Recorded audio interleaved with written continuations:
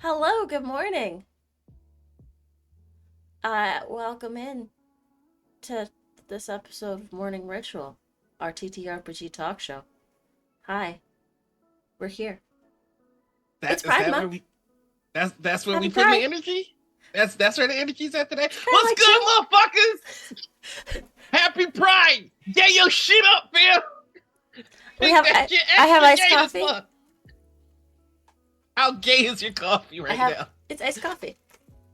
It's That's for the my gay girls, though. coffee. Iced coffee's That gay is. coffee. It's true. Trust me, gay is in, gay is hot. I want some gay, gay it's gonna be. How y'all doing? I'm the other. Wait, did you introduce yourself yet? Hi, I'm Anita. I'm one of your hosts down here. What I threw? Oh. Like this energy. You're coming in with the energy. I'm trying to throw things to you. I mean, you not meeting me. I'm way up here. All right. Hey, motherfuckers! I'm one of your hosts, Anita, down here. Hey, I'm Noir. How's it going? Fuck. I hope that you're having a great Pride Month so far. Fuck the police, fuck transphobes, fuck TERFs, fuck homophobes, fuck Republicans, all of y'all. And if you're in a country where red and blue are switched, fuck the one that is like the conservatives here in America. The conservatives. Oh, so they're still called conservatives, but they're blue? Yes. Get off my favorite color, you racist. Go back to red where you fucking belong. You're not Billy, you're Jason, and you know you're not even Jason, you're Rocky, you fucks.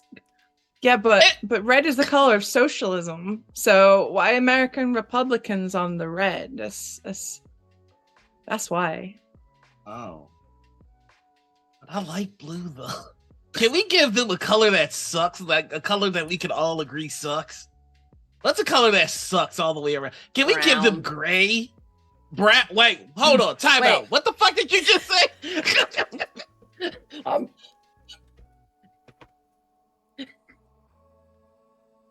Did you say brown? Yes. Like poop brown. Like bad poop brown. Like baby poop. Kind of like greenish brown. You not helping yourself at all. Listen, I know someone. We can get a big digger truck. I'm cutting out. I mean the confidence too. Do you know who you date? Do you know what a description of your partner would read like? And we have a fantastic guest with us today. Susie, tell us Great about yourself. stuff. It's so wonderful. I'm just gonna stuff. keep This sipping this drink and shut my mouth. I put forward a proposal of taupe being the color that we give conservatives. It's not a great color. I'm gonna nod and agree, but I don't know what color taupe is. It's not a great color. I'm a taupe hater. Put me on record. I'm a taupe hater. Puce. That's a good one too, Puce. Millie. But What? hello. Okay, time out. What the fuck are these colors? I know red, Hang on. green, purple, blue. Did I say yellow already? White, pink, and orange. What the fuck are these new colors? Listen. Puce is kind of a nice color. It just has a bad name. Yeah, it's Puce just gets a sort of bad like rap. dusty pink, you know? Yeah. It- a do you know dusty what rose though? color. Puce has big like late 80s, early 90s wedding color scheme vibes. Yeah, puce and teal. Yeah, Was big and then. I, as someone who was a bridesmaid in the early 90s, I was put in a puce adjacent dress that had a very like little Bo Peep energy to it, and I wasn't here for it. So puce can go in the bin forever. But hello, I am Susie, otherwise known as Susanah Grace, and I do streams and art stuff, and I work in tabletop RPGs. That's like the condensed version of what I do. If I listed everything that I did, I would be here for a long time. But yes. You got quite a bit of experience in the TTRPG space. I remember when I was first starting, like, I was so nervous to send you a message. And really quickly, I just have to address something chat said. Noir, when was the last time you looked at Crayola crayons? There's so many. I was poor. I only had rose art and the 8-pack. I'm lying. I only got the 4-pack that you got for free at the dentist with your highlight magazine. And it's not that my family was poor, it's just that they refused to spend money on me. There's the trauma. There it is. We got there early Coming today. Talking about some poos. Poos sounds like what a frat guy says when he's going to Vegas. We gonna get some poos. Some puce. The Nate's frat big guy fan says of poos. chartreuse. His nutty friend says puce. What's with the colors that end with oose? Like chartreuse and Chartreuse. puce. We could probably blame the French for that. True. I feel like there's a lot we can blame the French for. Also, somebody in chat spelled color COLOURS, and I want you to know whenever I read colors like that, I immediately put a fancy accent in my head when I read whatever. Colors. The kids coming some in here with colours. their new colors. You didn't realize he said this in a chat room with a Canadian and an English person, right? Yes, y'all are wrong. It's There we go. Z, not There's the Z. American. USA.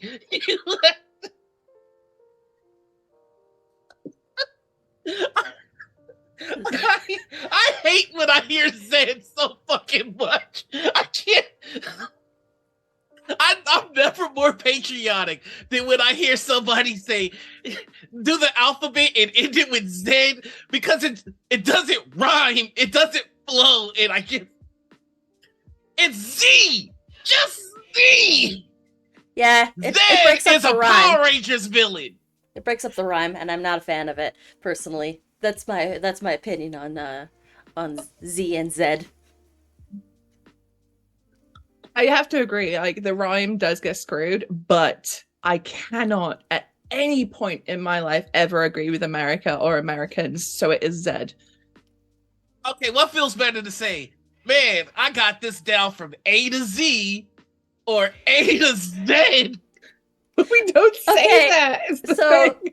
there's a this is a deep Canadian cut.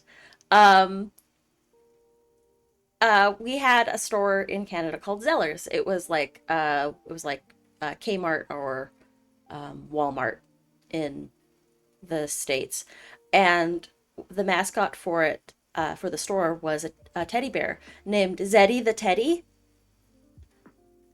which worked because you were a Canadian. The slogan for the store, it has everything you need from A to Z.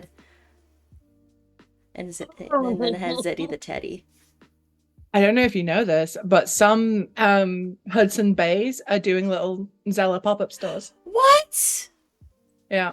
It's upsetting. It's upsetting to me. Because HBC is such trash.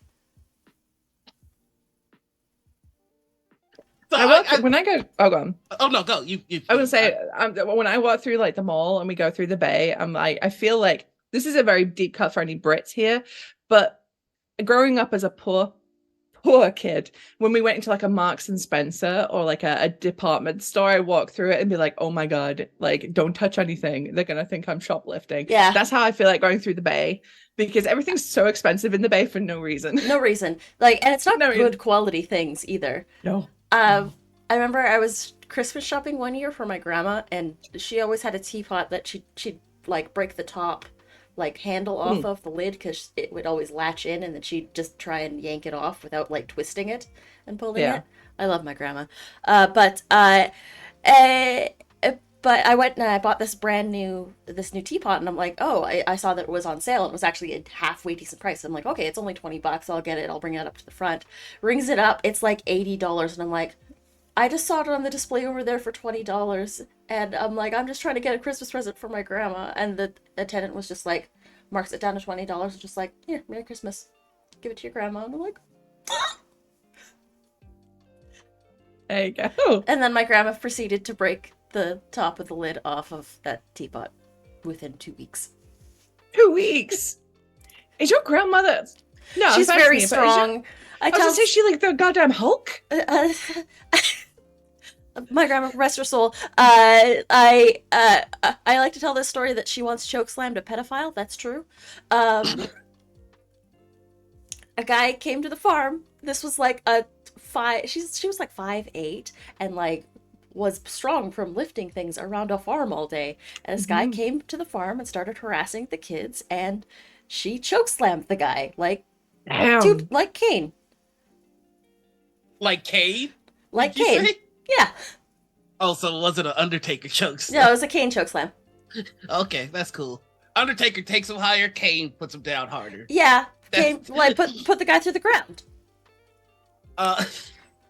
Imagine your grandma just putting a guy through the ground. Damn. I'm imagining your grandma raising her hands and doing this and then flames shooting out of nowhere. Wouldn't surprise me. Pulls out a mask We used to from call it nowhere. her name was Connie, and whenever she got mad at you, we would call it the Wrath of Khan. That's good. There's did something not want about grandma strength, though, Yeah, right? grandma Because when strength I is was wild. a kid, I have a very clear memory of when I was a kid, my grandfather, my grandma's husband, died, right? And they had his funeral at a local church, and they did a collection for a heart foundation charity because he had heart disease and heart problems. And the church stole that money because they said, oh, you collected it through a collection plate, so it's ours. And they just took that money that was going for the charity, right? I remember being in the car with my mum, my grandma, and my siblings. Would drive past the village's post office. My grandma clocks the fucking guy who ran the church, right? And she's like, stop the car. So my mum stops the car and she fucking just swoops on this guy, and he's pressed up against the wall of this post office. And my grandma is like giving him so much shit. Like, she didn't have to touch him. Like, he was so afraid. And I was just like, damn. So grandma strength is scary. I've got a grandma straight story, but it's one of those, is this trauma? But here, we're gonna do it anyway. So if you're familiar at all with the African American culture, you've probably heard the saying, go get the switch. This is the only time in my life, actually no, there are two other times, but this was the first time in my life I had to go get the switch, where you go to a tree, you get a stick, and then your grandma, wax you on the tush with it. I got her switch, and she whacked me once. And like, she did it so hard, I didn't feel anything. And I was just like, huh? And then she goes, mm-hmm. And as soon as she went, mm-hmm, I felt the pain like a samurai cutting somebody in half and sheathing the blade. Like, looking back on it, it's the funniest goddamn thing I can fucking imagine. Because I was just like, Satsui no Hado your ass. She fucking stood in the foreground, looked behind her, and that's when the pain kicked in. you're ready to do another strike. She knew the one was all it needed. One cut, one kill. Damn. I was like, my grandma samurai slashed me with a fucking tree branch. Hit you with a delay. You were the nothing personal kid. But just the fact that she went, mm-hmm, and that summoned the pain from my body. First off, that's the coolest goddamn thing you can say to initiate the strike. It's not even a word. It's just satisfaction in what I did to you. Damn.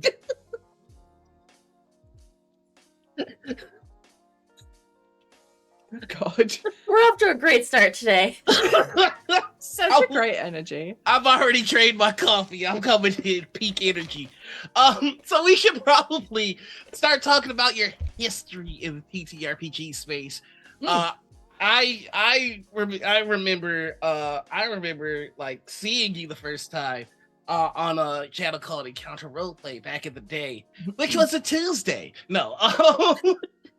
So, like, can you tell us, like, how'd you get started? How'd you end up in this wacky world of dice and whatnot? It's buck wild, to be honest. About 7 years ago, I can't really remember. It was in a period where I had finished uni and I was working in a call center, and I was extremely heavily depressed because I don't know if you know this, but call centers are hell. And I worked for a internet service provider dealing with internet and phone for old people. So it was like the worst job. I hated it. I was so depressed. And then one day I'm on YouTube looking for something to, dull the pain while I waited for my next shift to start. And I came across the tabletop, channel, Geek and Sundry. And they had this campaign, The Ashes of Volcana. And I watched it. Titan's Grave, yeah. And I watched it. I was like, yo, this shit's pretty, this is pretty good. This is pretty entertaining. And then I saw that they had Crit Role on there as well. And it was like maybe 5-10 episodes in. So I started watching Crit Role and I got super, super into it. And then I started drawing again because I went to uni for art. I have a degree in graphic art and design. I'm an illustrator. But in that period between graduating and the start of watching Crit Role, I hadn't drawn anything in forever because I was just like in a grim place.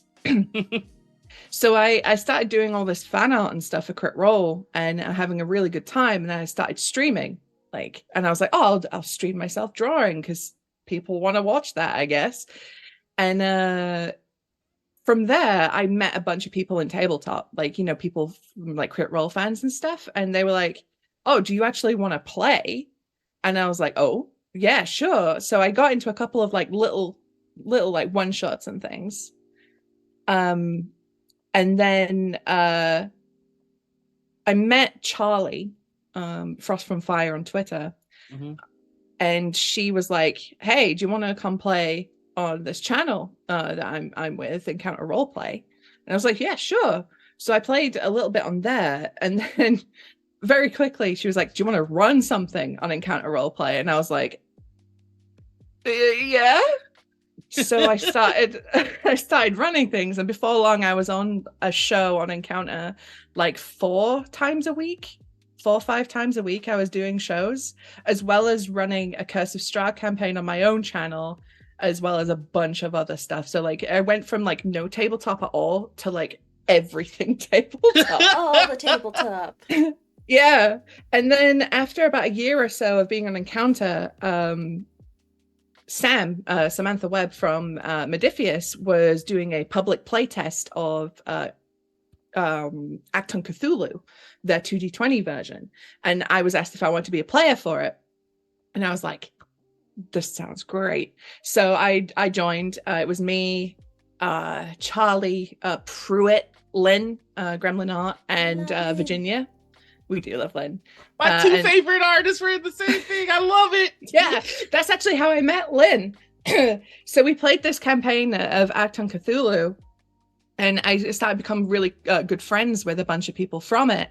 And from there, Samantha was like, hey, do you want to do some, I've got my own little indie tabletop company with my friend James. Do you want to do some illustrations for it?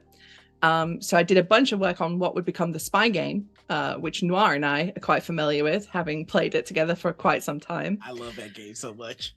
And then from there, they were like, hey, you seem to know what you're doing with streaming. I don't. I convinced them I did. And they were like, do you want to do media and marketing for Black Cats Gaming? And I was like, do you know what? Yes, let's give it a go. So I became the media marketing coordinator for Black Cats. And from there, it's kind of just, I've sort of wormed my way into doing more and more stuff with Black Cats. And now I'm art directing for the latest game, Cursed Cats of Cthulhu. So basically, my entire tabletop career has just been me worming my way in places and pretending I'm knowing what I'm doing. I don't have a freaking clue, and it's turned out great so far. I I cannot stress to the audience enough how amazing Susie's art is. It's really good. It's been featured in some of my favorite games. I think you got some art in Star Trek as well, which is what I'm obsessed with at the moment, and it's just like, oh, it's my favorite IP, my favorite game, and my favorite artist working on it. It's just all very exciting. So also, honestly, I don't think that I would be anywhere that I am if it weren't for you, because no, look, let me explain. The first show that I ever was like, I have an idea, I want to try it out, was this really short-lived show called Dr. RPG. And I threw out an idea on Twitter. I was like, wouldn't it be cool if there was like a what's the newspaper lady? Dear Abby?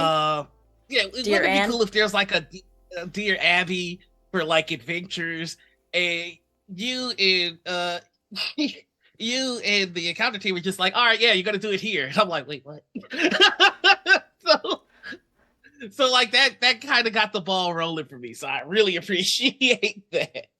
That was a lot of fun. I remember that a lot. You were poor Dr. D&D, and I was producer Susie, who was me, but not me.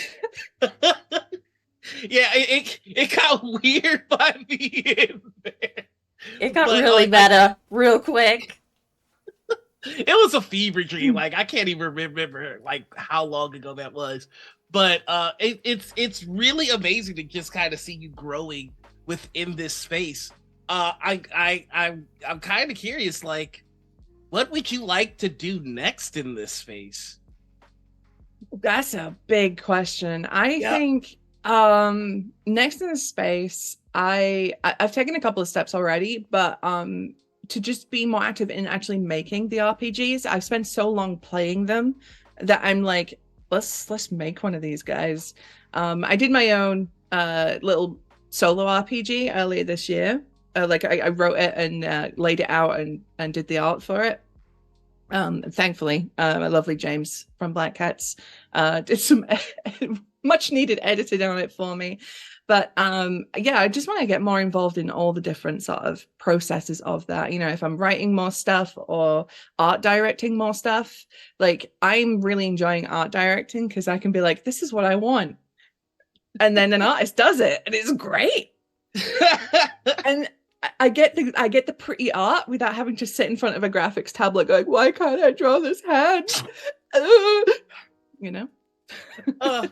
So I'm very excited that we have an artist on, because there's a hot topic going on right now, and I would love to get your insight on it, which is this whole AI art nonsense. I would love I'm just gonna say AI art, and you tell me what you want to say after I say that. AI art is fucking bullshit. Because first of all, AI art looks like shit. But here's the problem. Your average person who looks at a piece of AI art doesn't see that it looks like shit, because the average person's relationship with art is not the same as someone who, for example, like me, I studied it. I'm an illustrator. I know, I look at a piece and I can admire the general sort of craft, but then I'm like, let's see what they did with the light here, the composition, the character design, all this sort of stuff. AI art has no intent behind it other than this is what other people have done. This is the other decisions other people have made. We're going to throw it on a page, and at a glance, it looks fine. But you look at the details of an AI art piece, and it's a fucking mess. So there'll be like a character with a necklace, and at a glance, it's a necklace, but you look up close and it's like actually 7 necklaces that are like snaky twisty, and it's just gore. It's detailed gore. And you see like eyes that point different directions, which could be an intentional choice from an artist, which could convey things, but AI doesn't have a brain. It isn't making these decisions. So it's just throwing shit on a page. And it makes me very sad, because people are already losing work. There are already some RPG companies that are like, yeah, this book is 100% AI art. It's the future. Get with it. And it Why? also, oh, sorry, go ahead. Oh no, go ahead. Just continue. Also, it's like spearheaded by the very same NFT bros who were 6 months ago being like, NFTs are the future. We're going to make games. We're going to make movies and movie studios. And then it's like, where are they? They've just moved on to the next grift. Yeah. Yeah, it's like, why can't they get AI to, I don't know, clean up the ozone layer or the oceans? Why do they have to be screenwriters or artists? Yeah. Like, these are I would things that love- people enjoy doing. Like, Yeah. why are you trying to replace people who actually enjoy making art? Yeah. Why can't we have AI to do all the dangerous jobs or like the, you know, all that stuff? But no, we've got to take the humanity out of the art because it's all about quick money, quick profit. And it hurts my soul. You know, now that you mention it, NFTs have died a quiet death. I remember Twitter made a big stink, and this was before the Musk takeover, about the NFT profile hexagon pic profile where it pics. has the hexagon. Like, I remember for a while there, my inbox was getting flooded with these guys. Like, hey, this is your chance to get in on the. And I'm like, oh, well, first off, I'm too broke to invest in anything, so leave me alone. But yeah, they have just kind of faded to the wayside. And nobody's acknowledged it in the slightest. Wow. I saw didn't even someone think with the about bot blue check and the hexagon profile pic, but yeah, I don't think that feature's even there anymore. So much for being the wave of the future. It's because it was a pyramid scheme, right? You got your guys at the top who were like, NFTs of the future, you want to buy them, and they convince 10 schmucks to buy it, and then those 10 schmucks have to offload that to another 10 schmucks, and you know, the people at the bottom, the ones that bought into it because they're like, oh, it's going to make me rich, they're left just holding these worthless JPEGs Or of the it was the ugliest people that apes you've were- ever seen. It was the people that were buying or selling small plots of land on the moon. Or name a star after yourself or your best friend. Yeah, buy the certificate and you can officially call yourself Lord or Lady. Like, shut the fuck up. Yeah. Y'all almost sparked a rage-filled rant, and I'm keeping it inside so fucking hard. Push down. It's about the star thing in particular, which is like we know what stars are. They're fucking suns. Very, very, very, very, very, very, very far away. Could you imagine if by somehow we are able to travel to another fucking solar system and, you know, somebody's like, hey, this sun, I named it Goof Troop. And then you get to a planet where, you know, that's their sun. And you're like, hey, that's Goof Troop. And they're like, what the fuck did you say to me?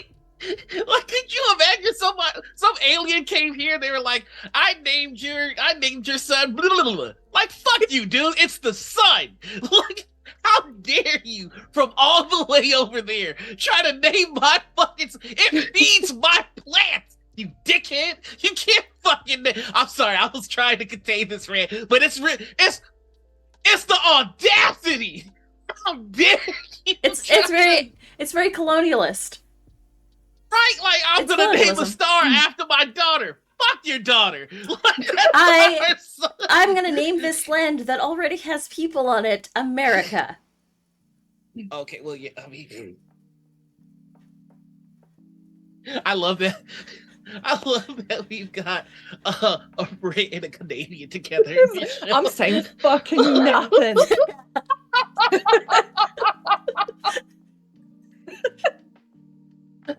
It's Solonialist. Solonialist. Solonian. Oh, that's gross. That feels. Ooh. Oof. Anyway, I would just like to announce that I've renamed the sun to Starry McStarface. And you I know paid what? a guy $10. I keep accidentally activating my trap card. If you're gonna have an online competition and the people vote for Bodie McBoatface, guess what the fucking boat should be named? Bodie Boatface, you goddamn cowards. All right, now that I got that Yeah. out of the way. Yeah. Did I tell you that was a whole thing in the UK? The fact that Boaty McBoatface was not called Boaty McBoatface, people Did were not follow the fucking will of the livid. people. Livid. That's just Democracy don't failed have that a day. competition if you're not ready for the consequences of that. And Bodie McBoatface doesn't hurt anybody.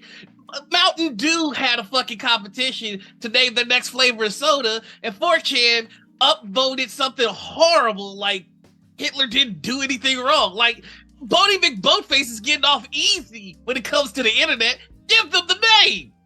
Yeah. Do you know, I think it was like fresh off the back of Brexit, people were like, maybe we shouldn't listen to the people. Maybe they are fucking stupid. That's a fair point. Which, you know. You know,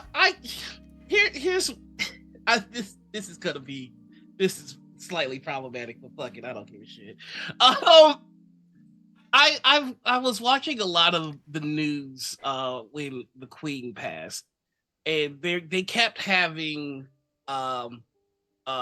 votes and polls where they were asking everybody, should the monarch still be a thing? And like every news report was like, young people think that the monarch is dumb. What's wrong with these kids? And it's just like, don't ask a question if you're afraid of the answer. Yeah. Not my Bodie, not my McBoatface. I have a lot of thoughts and opinions on the monarchy. None of them good.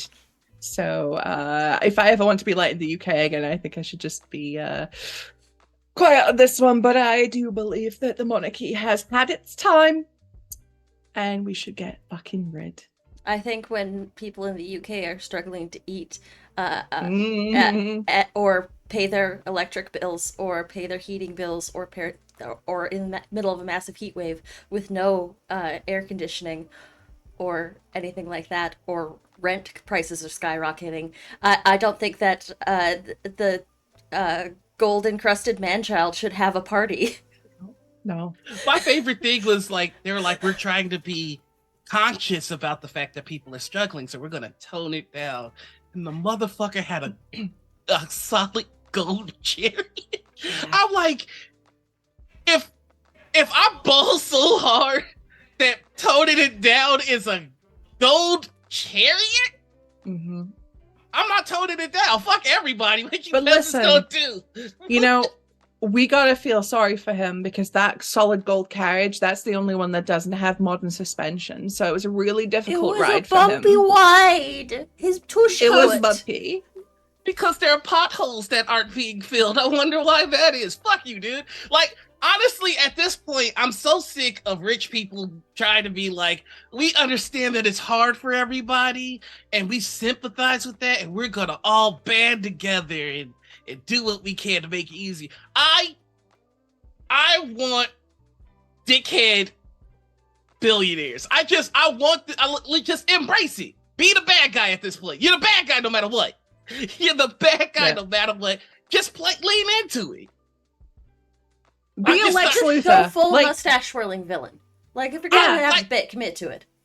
Just start slapping people with stacks of money. Fuck it. Do you know what? Kidnap fucking people, tie them to train tracks, and twirl your mustache as a train comes. Like, give me something. Not like, I hear you, and I feel your suffering. Like, shut the fuck up. Honestly, if I'm a billionaire, I'm taking out an advertisement during the Super Bowl and being like, I understand that it's hard for everybody, so we all need to find ways to relax and to get our mental health together. The way that I do that is that I hunt people for sport. And that's where the commercial is.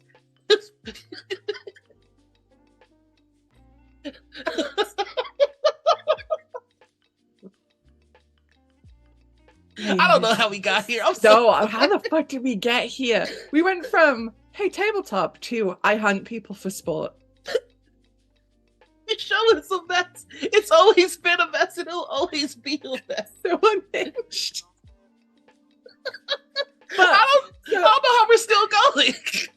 I will say, For anyone who ever watched Noir and me on the spy game with the Black Hats crew, this is what the green room was like every day, every session before we went live. There was some conversation like this.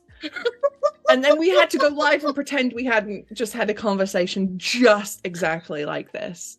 I remember the running gag. I'm pretty sure it was the spy game where it's a running gag. When we were doing our outro, I would always try to fit in.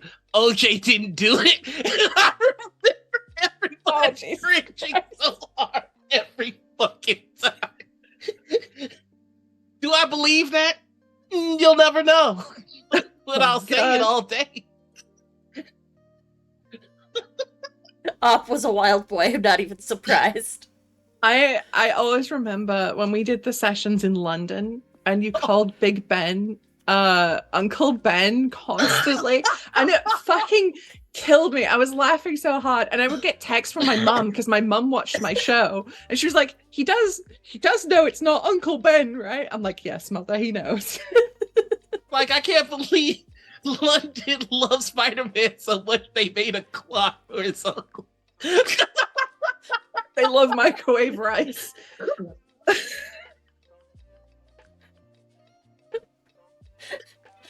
Sam Sheila gets so fucking pissed every time. See, just his soul slowly die. Like, listen, I hate America, but I love American ignorance being used like weaponized. You love weaponizing American ignorance. Like, every time I make someone from outside this, every time I make somebody from outside the states like sigh or eye roll, I can hear the cry of freedom.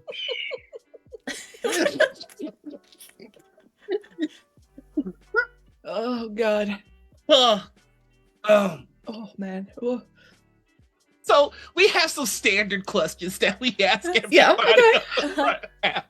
of the show. Oh, one sec, hydrating. That's great hydration. The first question that I have to ask you is terrifying for me because I'm a big fan of yours and I don't want you to break my heart, but here we go. Uh-oh.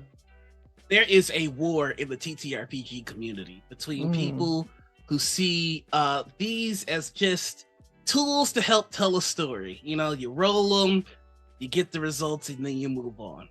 Then there are those that see these as forbidden candies to be put into your mouth and crunched on. Now, I am aware that there are edible dice, but they consider edible dice crunching. What they want to do is crunch. And you can only crunch with die that are not supposed to be in your mouth. Now, there's a side of this war that are just like, hey, this is a dental and a choking hazard. Don't put it in your mouth. And then there's the other side that's just like, fuck you, we do what we want. So I have to ask you, Susie. Yes. What side of this war are you on? Are you on Stop the Crunch? Or are you on Crunch Crew? I am a staunch anti-cruncher. Yes! Yes! Yes! Yeah. The streak has been up. broken. Finally! Some of us are fucking sick. Because I have 2 missing teeth as it is. My mouth is a fucking horror show. I went to the dentist a year ago. He looked in my mouth and he was like, oh. If I were in the crunch crew, I would have no teeth. I would not. I would have to gum my beloved poutine. And I can't do that. I know poutine's pretty soft as it is. I could probably get away with gumming it. But I no, you can't do it. People. Thank you. You can't. Hey, don't put that shit in your mouth. No. You go hurt your teeth. You could choke to death. You don't know where they've been. Yeah. It's gross. Dice are so gross. Like, you gotta imagine, right? Imagine the stinkiest, sweatiest con table you've ever seen in your life. Imagine a basement con with Smash Bros players who are attending this convention. People Ugh. so gross that washing your ass is literally in the tournament rules. Otherwise, you face disqualification. Imagine those people playing with those dice, then putting that in your mouth. No, thank you. You could be putting a Magic the Gathering tournament in your mouth. No. Just think No. about that. That's disgusting. I wish I had the list of where everybody was on the Crunch War, because now we just got an A1. We just got an A1 recruit. Fuck you, Crunchers. And I want you to know I mean that. Listen, I have a message for crunchers out there. You need to Tell love 'em. yourselves more. Yeah, who hurt you? Who hurt you? Yeah. Oh, finally. Like we've Our had like long-standing crunchers. national nightmare is over. We've had crunchers back to back to back. Some people even crunched on this show right in front of me. No. It's true. That's sick. Disgusting. On Roman Reigns' internet. How dare you? Roman Reigns internet. How dare you disrespect your tribal chief by putting dice in your mouth?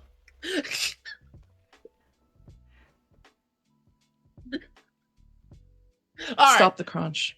Stop the crunch. That's what's up. Now we've got another question.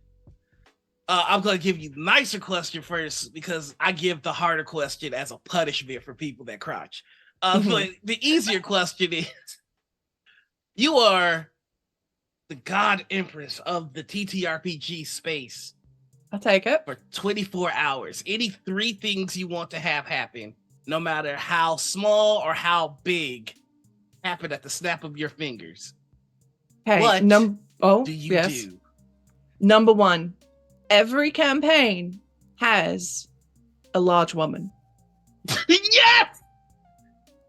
Correct. Mandatory. Mandatory large woman. Muscle mommy. Muscle mommies. The first decree, muscle mummies.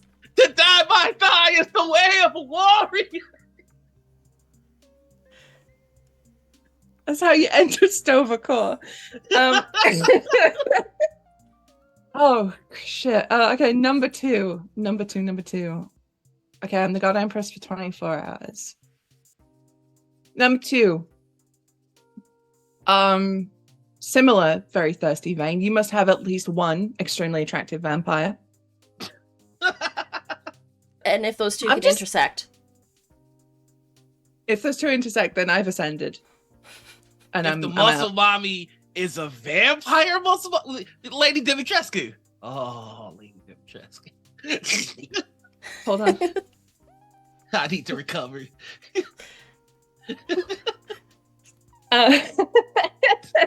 And then number 3. I don't know, let's do something dumb. Something whimsical. Every resolution, forget the dice. We must stop the crunch crew at all costs. Every task, every dice roll that would happen, you now replace it with rock, paper, scissors. I like that. Just get rid of the dice altogether. You can't crunch them if there are no dice. We only need our hands. I can hear some of the dice goblins holding their hoard like, let's go.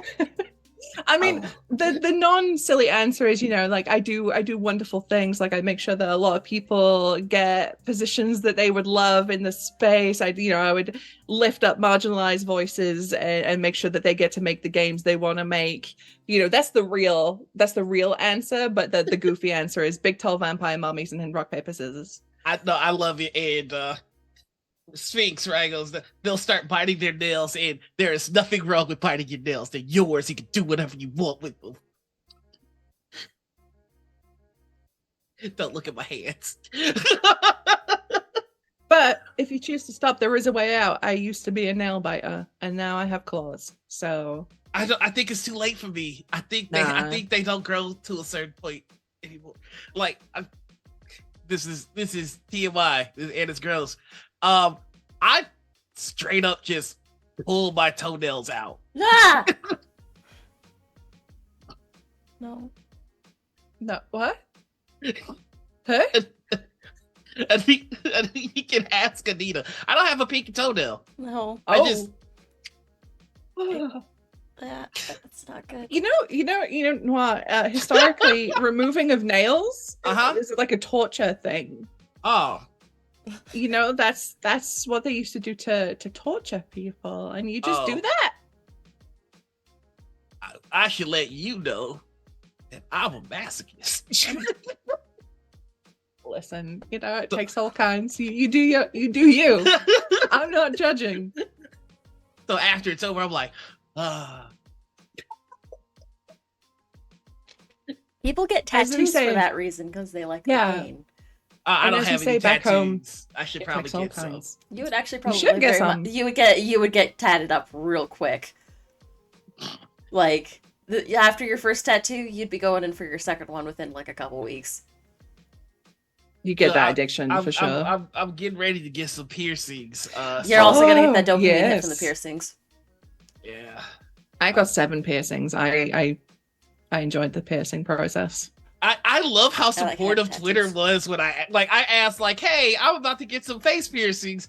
What's some suggestions? And like people were coming out of helicopters like, here's what you should do. Like I'm like, oh, okay, thank you. Well, it's because, right, a lot of us, when we start getting piercings, like, we all make, like, a lot of us make the mistake of going to Claire's and getting the gun, you Yeah. know? Like, don't do Mm-mm. that. I was just gonna for the ears. I was just gonna go to Claire's because No, don't. Mm-mm. So Mm-mm. what the guns do is they basically tear your flesh, which is a high impact. It does a lot more harm than a good. I've had the gun done on my ears twice, and my ears also reject piercings like nothing else. Yeah. That's why they aren't pierced. Way to brag about your healing factor. No. All right, Wolverine.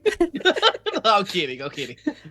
Okay. Oh my God, Wolverine can never get piercings. Can't get piercings, Poor dude. and his skin might reject the ink, so he might not be able to even get tattooed. Damn. I mean, know that you could see a tattoo on Wolverine anyway, and dude's so hairy. Yeah, that's true. You'd really have to go to town with a razor on that before you get Be like the 3 the ink down. disposables just to, you know, Yeah. get rid of the arm hair. Wolverine has to get magnetic ear. You fucking poser. No, it's because. All right. Anyway, Just clip-ons. Yeah. this guy's a poser. I'm a mute. Please. No, but when I had mine done, I had a guy use a teeny tiny like micro scalpel, and he just went bloop through my ear. Yeah, usually they just use a needle now. Yeah. Yeah, highly And it was really sanitized one. easy. Although when I had my tragus done, it got stuck halfway through. Like he had to he was gonna go like one through motion, but my cartilage was so thick he had to be like like punch Stab. my ear. So I does that, was that also can happen. told not. I was also told not to because I was gonna get a little tipsy before I go. No. Because, you know. No, No, Yeah. Everybody was like, "Don't do that." I'm like, no, that's That's not "I'm an my idea. real dad." they actually on the tattoo, like if any good piercer or tattoo artist will have a waiver that you sign beforehand, and one of the stipulations on the waiver is that you did not consume any drugs or alcohol within like the last couple. Like, Oh, I 24 know hours. about the alcohol. I can't have drugs either. Anything this place. anything that causes like healing problems, like basically problems with your blood flow, that sort of deal. Weed's probably okay, but Hey, I got a real dumb question that's kind of out of nowhere. all right, what is it? If somebody casts greater restoration on you, does that get rid of your piercings and tattoos? Oh, Ooh, I'm pretty sure it should get rid of your piercings. I'm not sure about tattoos. let's have a look. yeah. What's the wording of Grey Restoration? It's Okay. no, it would not, because it undoes a debilitating effect, and technically a piercing or a tattoo is not a debilitating effect. It just ends curses, like anything that reduces your hit point maximum, charms or petrifications, reducing levels of exhaustion, anything that reduces your ability scores, that sort of deal. Okay. You might be thinking regeneration. Or heal. I would Anyway. be pissed. Could you imagine being like a Goliath and you've got tribal markings and then you get hurt and your buddy's like, I got you, and then all that shit goes away? Furious. I'd be pissed. I'd like to rage. Heal only affects, diseases, poisons, etc. Regeneration. Or what's it? Regenerate? There it is. Spells. Regenerate. It does... Okay. It heals any body parts that have been severed. Which is kind of... Okay. Yeah, it doesn't... Like, your tattoos will be fine. But if you had a tattoo and your arm got cut off, you just have half a tattoo. No, don't ruin my tats. Let me die. Mama ink! All right. So here is the next question. You get to play with any 5 people that are alive right now. You don't count towards the 5. You get to choose who's GM and what system you play. What's your table look like? Oh. This is the punishment question. Okay. So, those who know that I have played a shitload of A Song of Ice and Fire. And I love Song of Ice and Fire. I love that universe. So we're playing A Song of Ice and Fire, and George R.R. Martin is running the campaign. Assuming that he's got his shit together, and it's not going to take him 20 years to write a short campaign for A Song of Ice and Fire. Episode 1 happens, and then you got to wait 7 years for episodes. I've been in games like that. Oh, God. Okay, so George is running Game of Thrones for me. Who would I play with? Pedro Pascal, because in the Game of Thrones long-running campaign that I was in, my character had a blood feud with the Martells. And her mission was to wipe every Martell off the planet because they're all scum and they all deserve to die. So I would play with Pedro Pascal. I would make him play Oberyn and I would kill him. Not at all the answer I was expecting. But also, I get to sit across the table from Pedro Pascal, and I mean, I got good news for your character. If you just sit and do nothing, it'll work itself out. Yes.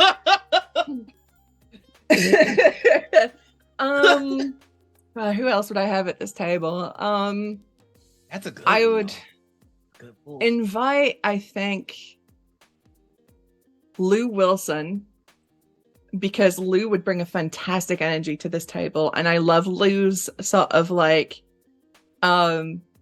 haughty noble guys who are just fucking dumb as shit at times, with this heart of gold, pure of heart, dumb of ass. I love Lou's character, so Lou Wilson at this table. Oh God, that's 3. Man, this is hard. It's a solid table so far, though. You got George R.R. Martin, Pedro Pascal, and Lou Wilson. I would then also Gillian Anderson, because I just want to hear her talk. Hot. I know, it's just fucking Lord. This table, I just realized, with the exception of George Martin, this table is just my bisexual panic. Will you even be able to play? No. They would just sit there and be like, oh God. He was so hot in American Gods. I was not ready for that. Do you know what, though? Do you know what's the worst thing? When she played Margaret Thatcher. Because I was like, Gillian, I love you. And I have loved you for a long time. Why? Why did you have to play Margaret Thatcher? You're going down a path I can't follow. The worst thing was, though, she was a fucking great Thatcher. And I was like, I hate you. I hate you. God. And then all these actors, I have no idea if Pedro Pascal and freaking Gillian Anderson can play D&D. I have no, or A Song of Ice and Fire. They would have to teach them. Who else? Am I putting 1990s Rachel Weisz and Brendan Fraser as well? I mean, Rachel Weisz is still. Oh, And Brendan Fraser still like got that sort Yeah. of like cuteness to him. Yeah. I mean, I'm still like, I wouldn't say no. I wouldn't. Could I do something? My thing as the cast of The Mummy 1995. I mean, there's no real saying you can't. So I mean, There you go. Because you've got like Rachel Weisz, who would be, she's great. She's a great lead. She's charismatic. She's charming. She's funny. Her characters are smart, and then and then you got Brendan Fraser, your action hero, and then you have Oded Fehr in that movie. Anyway, you know what's really fucked up about him is he is hotter older than he was younger. I Oded know. Fehr? Oh yeah. In Discovery, he's real freaking hot. He gets that silver. I'm like, how the fuck dare Yeah. you? yeah. And then I have no idea what my total is right now, but speaking of Star Trek, the other one that I would have is Kate Mulgrew. Yeah. Let's get Janeway in there. I think that's fine. This house would be a fucking disaster. So we've got more than 5, but I'm gonna allow because it's a good table. So we've got George R.R. Martin, Lou Wilson, Pedro Pascal, Gillian Anderson, Brendan Fraser, Rachel Weisz, and Katie Mulgrew. This table's huge. It's 7. It's okay. George R. R. Martin's running it. None of you are going to survive anyways. Exactly. You know what? That's kind of true. Yeah. By the end of the first episode, it's probably like 3 people remaining. And also it's George Martin running it, so we'll never play, so it doesn't actually matter. He'll give you a taste. You'll get the first episode. True. But then you'll never 3 meet hours again. describing food. I mean, I kind of feel bad for him because do you even really want the ending of the Ice and Fire series any longer? Like, the show did such a great job of just fucking up any interest I have in that world. Yeah. I've gone on this rant many a time. And unfortunately, people who know nothing about Song of Ice and Fire have been on the receiving end of why season 8 fucking sucks. And it's all distilled to me to those final couple of scenes where you get the Grand Council of 5 people, and then there's the Brands Council at the end where Bronn is the fucking Lord of Highgarden and Master of the Treasury. And like, he would last a week before one of the Reach houses assassinates him because he's a fucking moron. I kind of dumped all of my Ice and Fire knowledge, but the thing about the finale that made it where I'm just like, I can't give a fuck about this any longer is the Stark being the new king. Mm-hmm. And he's the three-eyed raven as well, so he's going to live for hundreds of years.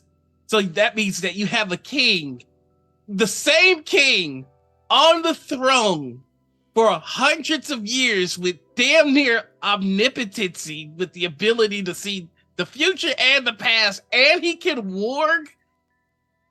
No, that's you've basically put a tyrant, and he doesn't care about life.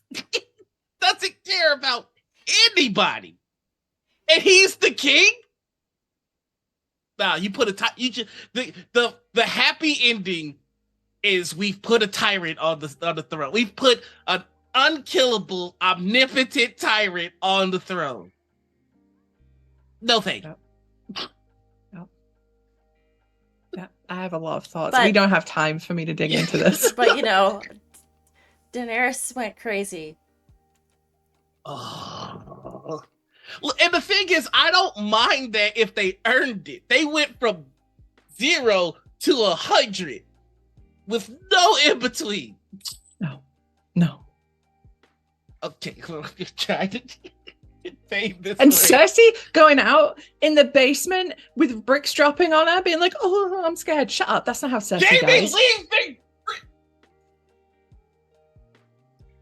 me! Jaime leaving Brienne Tarth to go back Mm-mm. to fucking his sister. Do you know what? Gwendolyn Christie deserved better. She put her fucking soul into that role. She was Brienne fucking Tarth, and they did her that day. It was just like, hey, Jaime Lannister's gonna have this really interesting redemption character arc, and then in the 11th hour, That's kind of the thing. That's kind of the theme, though, is that like everybody kind of ends up exactly where they started, or as like an echo of something that was that already existed in the world, like Daenerys becoming the Mad Queen, Jaime just going back to being a piece of shit, fucking his sister, like. Mm-hmm. I mean, but here's okay. I'm trying not to get into it. Here's the thing about Jaime's storyline, though. The point of it is that he was never a piece of shit. He was a troubled dude that kept getting pushed into doing fuck shit. He killed the Mad King not because he's a traitor, but because he had a sliver of decency. Yeah. And instead of letting King's Landing burn, which is what the Mad King was trying to do, he was like, fuck it, went against his oath, and killed the fucker. And then bore the stigma of doing the right thing. People that he saved call him Kingslayer, and he just took it. Yeah. And really the only this is my perceiving of the character, so I could be wrong on this. But really, his sister was like the only motherfucker that wasn't calling him a king-slaying piece of shit. Of course he'd go there. Like, I don't agree with it. That shit is gross. But like, okay, it makes a little sense. And then he finally meets another honorable knight that is working to see the good dude in him. And now he has another avenue to go to because he's exposed the most vulnerable side of himself to Brienne. And Brienne's like, okay, I can take this. And you know what? You're not, maybe I was wrong about you. And they start to form a bond of camaraderie. And then at the last second, he goes back to fuck his sister. With better writers, you could do a whole unfolding thing there, how like trauma makes some people regress, or like the power of Cersei's manipulation or whatever. But no, the show was just like, yeah, he's just the power They of didn't even make it a difficult choice for him. He was just like, oh, gotta go, bye.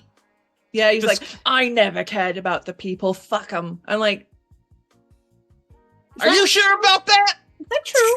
Are you sure about that? And then you've got no, can't do it. I will be here all day. We don't have time. I just noticed your shirt too, Daddy. This is actually from the first Game of Thrones campaign I was in, where I played Miria, who had a lot of issues. She may or may not have been the bastard daughter of a Ironwood knight, and then she let that become her whole personality, and she sort of threw away her entire family to go and pursue that, and then she did a bunch of regicide. So, daddy issues and treason. And do you know what? The way so spoilers for After the Fire, but she dies because Bloodraven, who becomes the three-eyed raven, fucking did magic on her and basically boiled her alive on the inside, right? So the fact that Bloodraven basically becomes the king of Westeros in season 8 of Game of Thrones is even worse, personally, for me. I'm furious.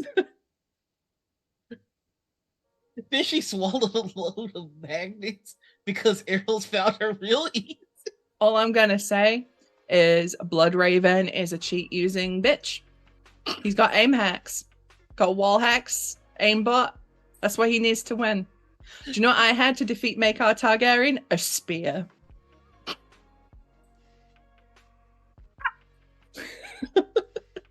This conversation might make me go and rewatch Game of Thrones all the way up to season 6, and then I'm gonna stop because I love myself. Stop when Daenerys starts sailing to the west, and then you're good. Sails to the west, and then nothing bad ever happens to anyone ever again. I really wish they'd made more beyond there, but you know. Yeah, it's a real shame. So I'll bring it back a question that we had for the first season that I kind of dropped. But if you could replace any IP's popularity with another, like for example, if you wanted, let's say Star Trek to be as big as Star Wars or like whatever, what IPs are you switching? Ooh. Oh, that's a good one. Or even better yet, you can pick an IP and the one that you're switching it with vanishes forever. So if I did like Star Trek to Star Wars would vanish. Star Wars is that series for me. I don't get Star Wars. I don't like Star Wars. I don't watch a Star Wars. I didn't grow up on it. Like it's a nothing to me. I you know, people like it. Fair play to you. You know, more strength to your elbow, as we say. But Star Wars, goodbye. The thing I would replace it with, though, that's a tricky one. That's a really tough one. Big as Star Wars, that means it's gonna have like a park in California and Florida, video games, movies, Disney Plus shows. Ooh. Dang, that's really tough because Star Wars is so big. Man. The other franchise I really love is Gundam, but it is that big. It could be bigger in the West, though. So yes, Star Wars, fuck off, Gundam, hello. Would die for a fucking Gundam, a Gundam Disney park? Like imagine a Gundam amusement park. Oh my god! You get to imagine, right? A roller coaster. Yeah, it's like Star Tours, but you're in the mech suit doing the Gundam thing. Then a roller coaster, they have you strap into the RX-78. Yeah. You get a little new type bling. Like, oh, that would You can like feel and the Gundam arcade step. games would be fucking sick. Yes. What's your favorite Gundam series? Favorite series? Ooh, that's a tough. I know what mine is. Right now, I mean, I have full disclaimer, I haven't seen every Gundam series. Okay. I think it's Iron-Blooded Orphans at the minute. That was the first one I really dug into, so it has a lot of like that little special place. The one that I'm picking is my first Gundam as well. No, it's my second Gundam. But it's the one that where it clicked for me, and that's G Gundam. Oh yes, Noah. G Gundam. Yes. I've only watched Gundam Wing. I love Gundam Wing because it's just full of the most. It is like it's very drama. Hiro Yui is so fucking disrespectful. Such a mess. I hate Hiro Yui. I hate Troa Barton. So there's a bunch of boys I hate in Gundam Duo Wing. Maxwell is that real motherfucker though. Duo, he's the boy. Scythe. And go. Catra. Duo and Catra are the only two good boys out of the main pilots. But my favorite scene in all of Gundam Wing is when Lady Une kicks a motherfucker out of the back of a plane and then she snipes him with a pistol as he's falling to his death. I'm like, you didn't need to do that. You didn't need to do that to him, but you did. Like, I literally made my husband back up the footage so I could watch it again when that happened. I was like, did she just... I mean, she took the time to aim and everything. She's just like, fucking, bye. Everybody in Gundam Wing was so fucking disrespectful. For no reason. Oh, man. And then you've got, oh, God, what was her name? The blonde chick. The princess? Yeah. When she just pulls the gun in the middle of a ball and she's like, I'll kill you. And I'm like, yes, you will. Arena, yeah. Nothing tops like her giving Hiro an invitation to something. I don't remember what it was. He just like so purposely holds it up It slowly rips it, and then rips it even more to confetti. It's just like, fuck you. I love the first scene those two have together. And she's like, oh, hi, new guy. Welcome to the school. And he just walks past her and he's like, I'll kill you. And she's just like, really? Me? Asshole to her. She's like, you'll kill me? Oh, like, shut the fuck. What are you Promise? talking about? I do feel like Gundam Week had the best Gundams though. It did. Between Death Scythe and Tall, man. No joke, I have a Tallgeese 2 waiting for me to build it. When we move and I get my office, I'm building my Tallgeese 2 and I'm putting it in the fucking anime Chad position, you know, with the sword, like with the gun. Yes. I also love the Sandrock because I love a Gundam that has 2 fucking Kopeshes and a cape. I'm like, what are you doing? Yes. No, that one's cool. The one that I hate this Gundam with every fiber of my being. I hate Heavy Arms. Thank you. Heavy Arms is just like, I'm here to fight. I'm done. Yes. Goodbye. Thank you so much.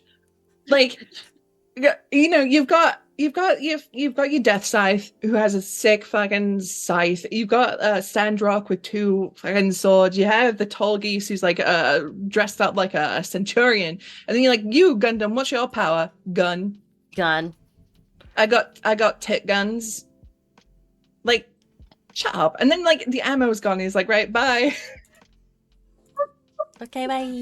There's even one episode where he doesn't run out of ammo. His barrel gets clogged or some ridiculous shit. And I'm like, if you do not take your discount target clearance bin fucking Gundam and get the fuck out of this fight, I'm going to slap you in the face.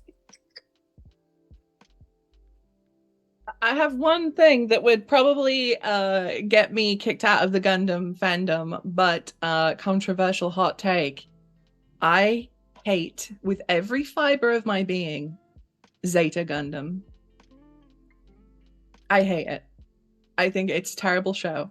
I think it was a fucking shitty sequel to the OG Gundam. Camille Beeden is like a little bitch derogatory, whereas, you know, Amuro Ray is a little bitch lovingly. I hate Camille with every fiber of my being. I hate Zeta. I thought I you were want going it erased. I thought you were about to come after Hiro's Gundam for a second. No. His overpowered Buster Cannon ass fucking. Like, the pro tag is always gonna have like the most Gundam. Like, that's just what's gonna happen. Like, Yeah. you just gotta accept it. I still feel like Death Scythe was a better Gundam though. Like, really, Oh, yeah. the only thing that Wing Zero had on Death Scythe was that fucking gun. Yep. But Death Scythe had the scythe. He had that dope ass shield that he could shoot. Anyway, That's not just better. I know it looks cooler. it really does. It really does. It does. So yeah, a Gundam with the popularity and assets of Star Wars would be fucking I'd be sick. amazing. Have you played Lancer, Susie? No. I really want to. Really want I to. think we need to get you in a Lancer game. How the fuck has Gundam not come out with a TTRPG yet? That's basically Lancer. Yeah, I have mixed feelings on Lancer. It needs a better. It needs something like Demiplane. It has its own like digital asset to help you keep everything together, but it needs more oomph behind it. I would love for Demiplane to like work with Lancer, because then that would make that system incredible. But how the I've heard fuck? it's a little bit crunchy. Yeah, it's crunchy. Yeah, it's crunchy because it's not crunchy for no reason. It's crunchy because you've got your characters set, like your pilot rules, and then you got your mech rules, and then you got the rules where they interact together, which is not good for the pilot if you get caught on the business end of a mech, obviously.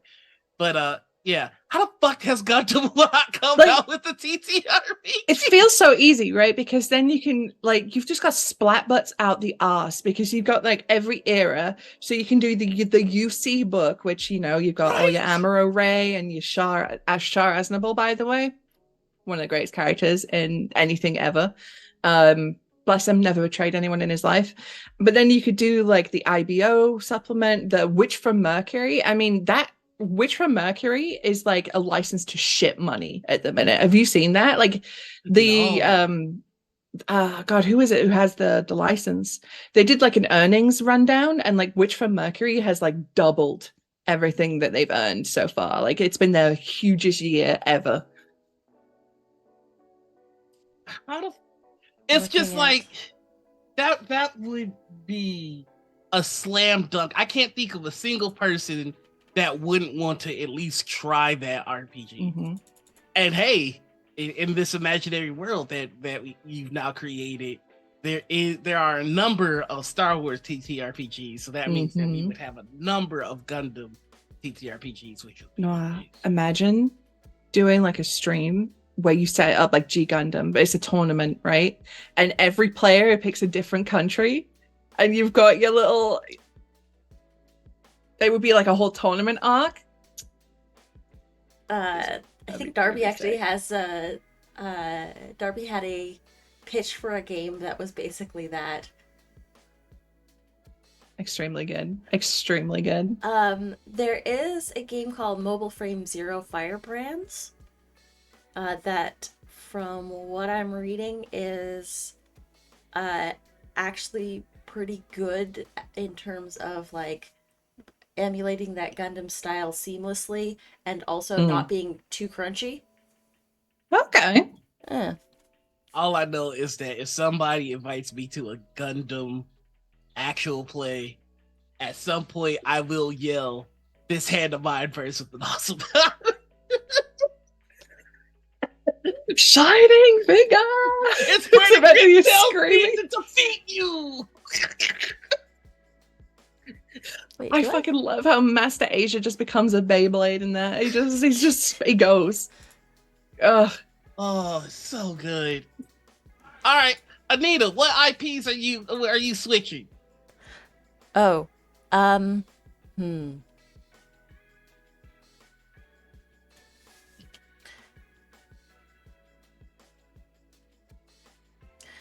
You know what? I think I know which one I want to switch for. I don't know what I'm gonna switch. I'm gonna do the replacey thing. I really like Fringe, the TV show. I think that's really cool and compelling. It was actually pretty decent for its time. I started watching it not too long ago again.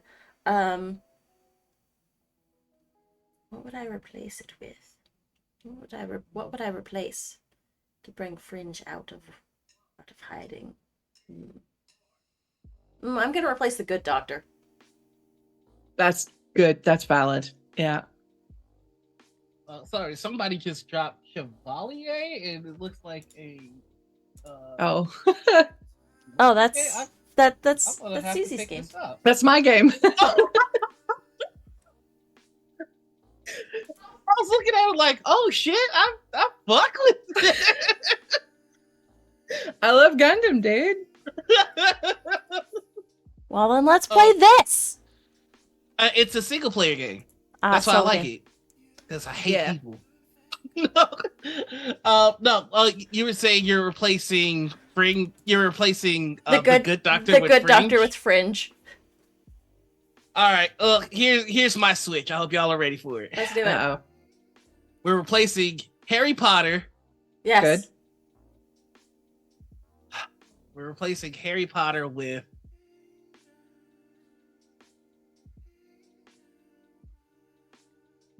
Sense8. Oh, okay.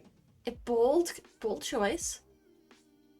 Now I'm I not have sure- my Okay. All right. reasons. Mm-hmm. Sense8 is an amazing show. And it's got really good trans representation right now, which I feel is something that we could really use. I love the message of the show, which is all about how there's no such thing as a useless person.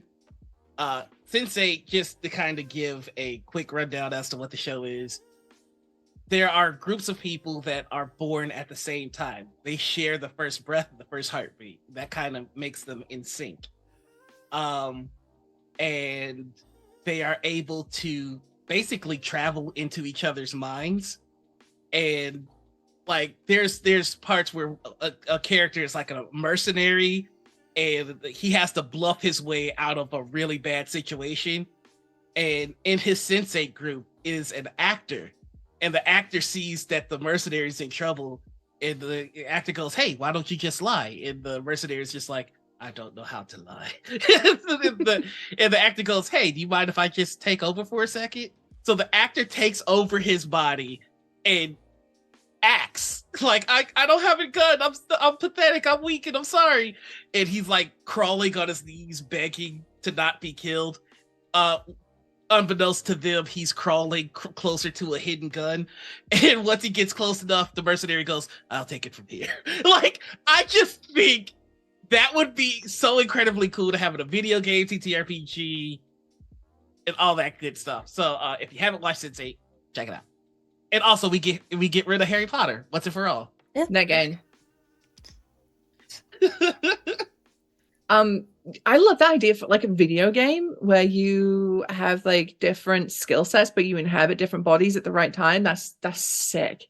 That would be a great game. It's so good. And there are like opposed. It's basically like battle poly groups. Battle poly. It's the polycules just getting into a street fight. Right. And it's like, it's so there is this really cool scene. It's done by the Wachowskis. So you can already kind of get a sense of the visual style where one person from the groups are called sensates. One sensate group is fighting another sensate group. And the best fighter from each group takes over. And so they're like fucking going at it.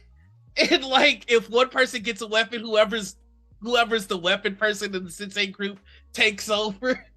And it's just so fucking cool.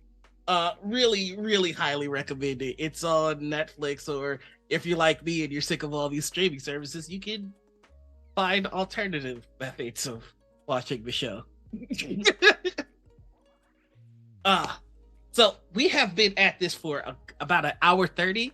So this is generally about where we take our break. About 10-minute break to go be human for a bit. Sounds and then good. We come back here for the dark roast, which is essentially the same thing. We just gave it a name. All right, everybody. That's it. We'll see you in a bit. We'll be right back. See you in a sec.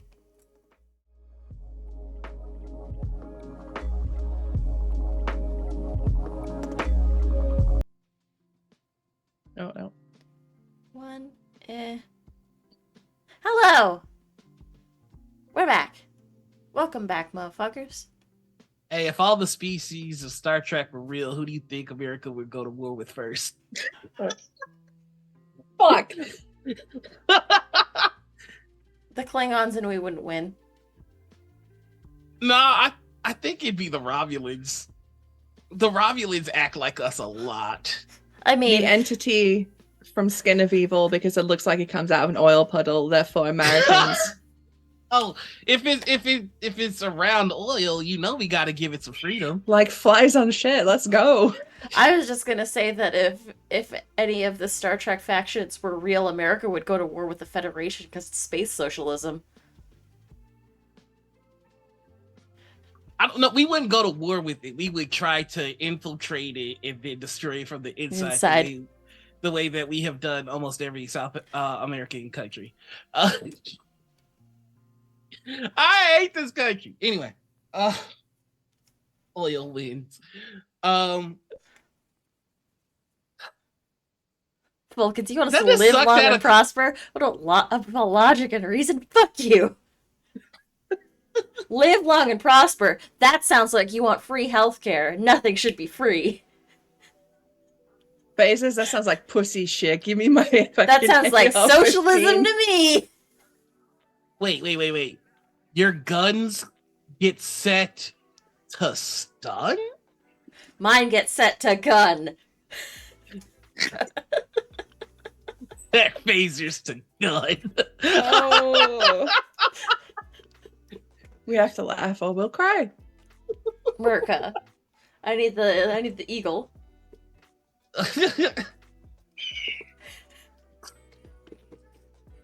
You know what's really sad is that according to Star Trek canon, we are in the years leading to like real bad shit before we can get to the Yeah. Federation. Yeah. World War III is just around the corner. But they keep hey, pushing that Island back. reunifies in like a year. Hey, that's cool. So it's good for Ireland. Good for Ireland. They keep pushing that back though, because originally the Eugenics War, which is a terrible name, took place in 1996.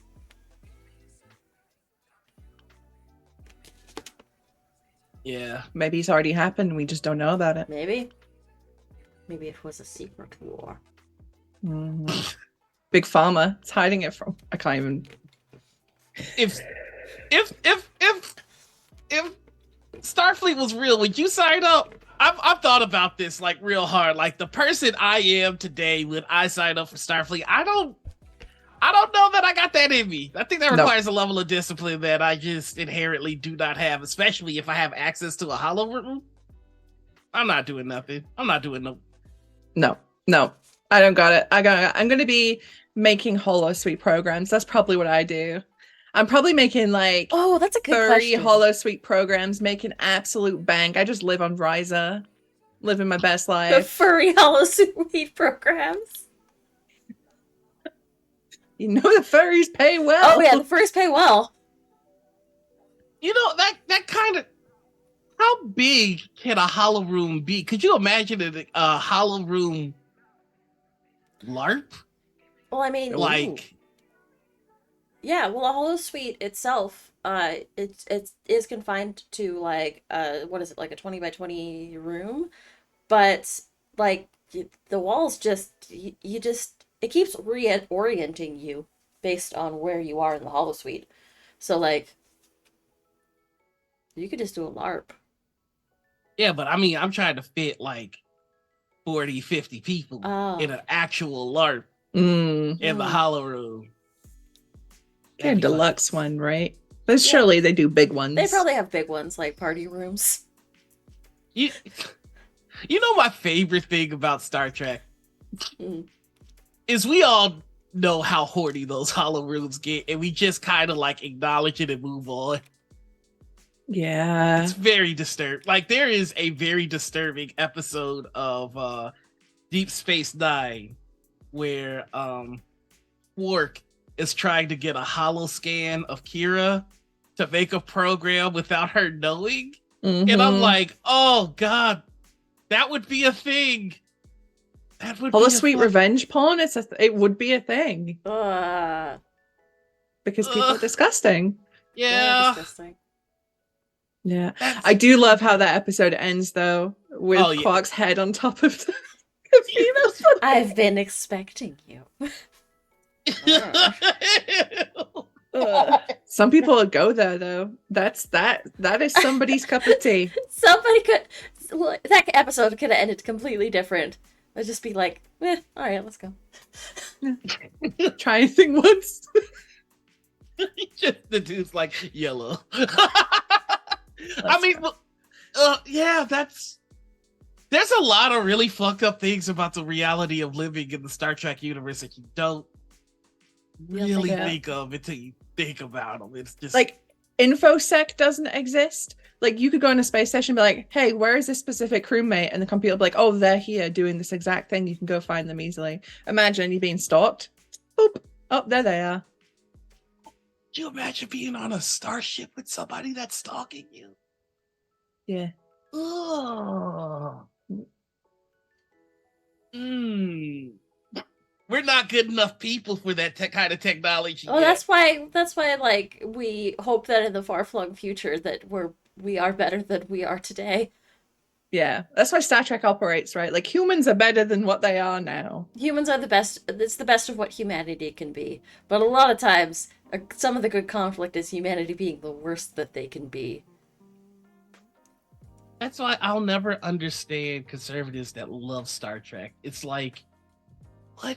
I miss when it wasn't woke. Oh, did you? Did you miss the race allegories in the 60s or the first interracial kiss? Like, did you miss any of any of it? Yes, they did. Like the pilot episode with the first officer being Una, played by Majel Barrett Roddenberry. Oh, the space biggie?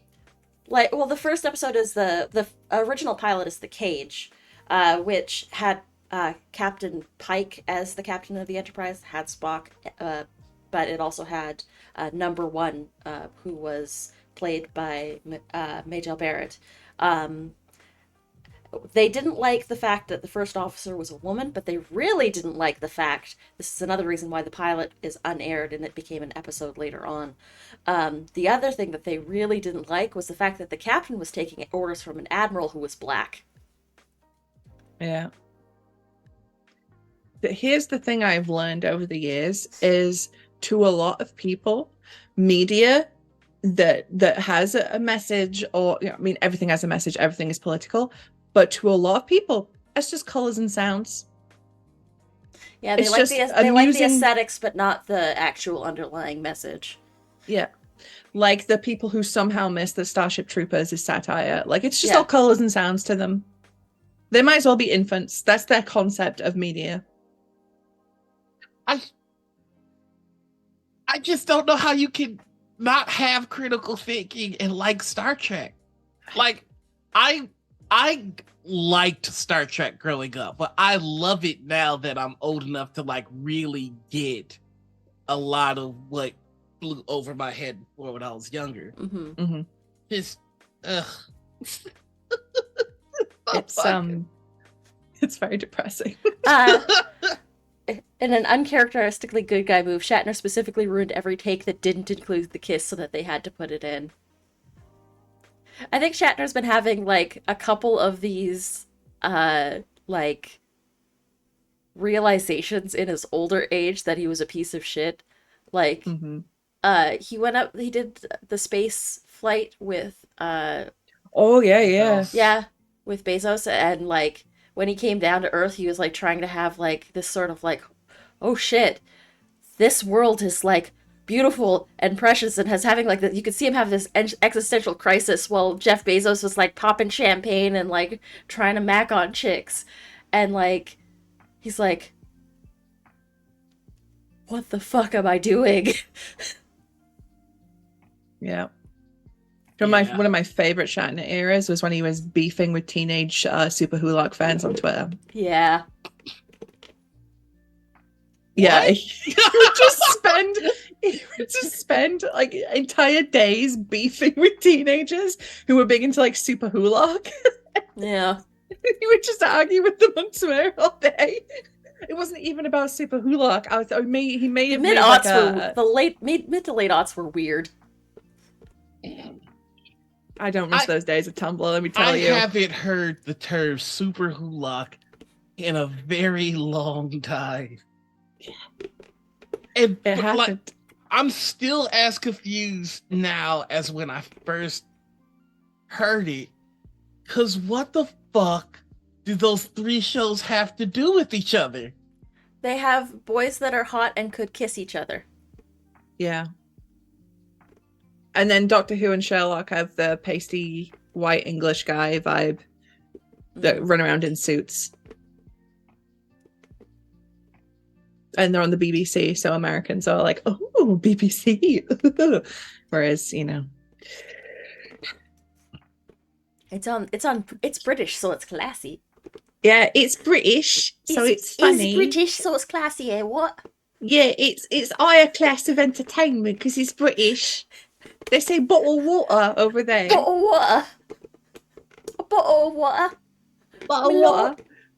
So there is a treat that I feel like you only get in the TTRPG space, because we have a lot of really talented actual players from across the pond.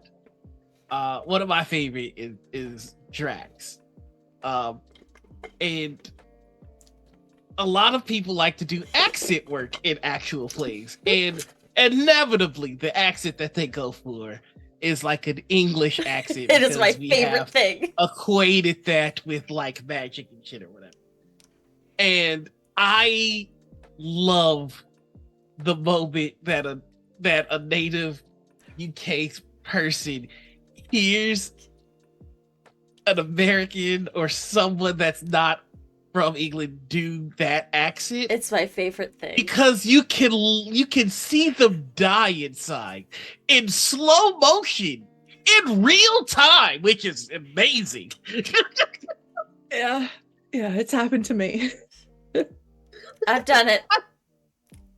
It's I'm my guilty. thing, like, listen, I know I can't do accents worth a damn, but I was playing a game of Dragon,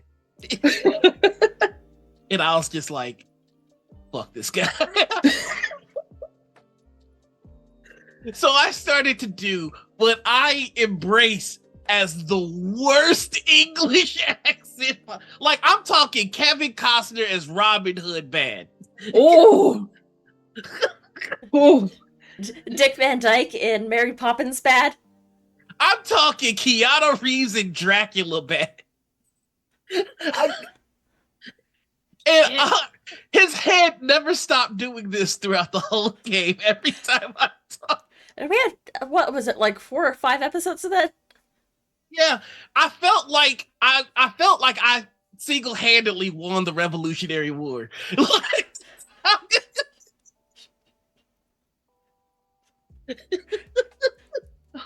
Goblin like chimney sweeps. I felt like I was Hamilton telling the king to go fuck himself. Conversely, I've done it to Americans. So I used to do a lot of Red Dead Redemption roleplay. And one Cowboy of the dollies. characters, Cowboy Dollies. And one of the characters I played was like this from somewhere in the South. It kept changing. But she'd be like, howdy, y'all. And I would just do that sort of like real like yeehaw fucking over the top cowgirl voice. And like real Americans would be like,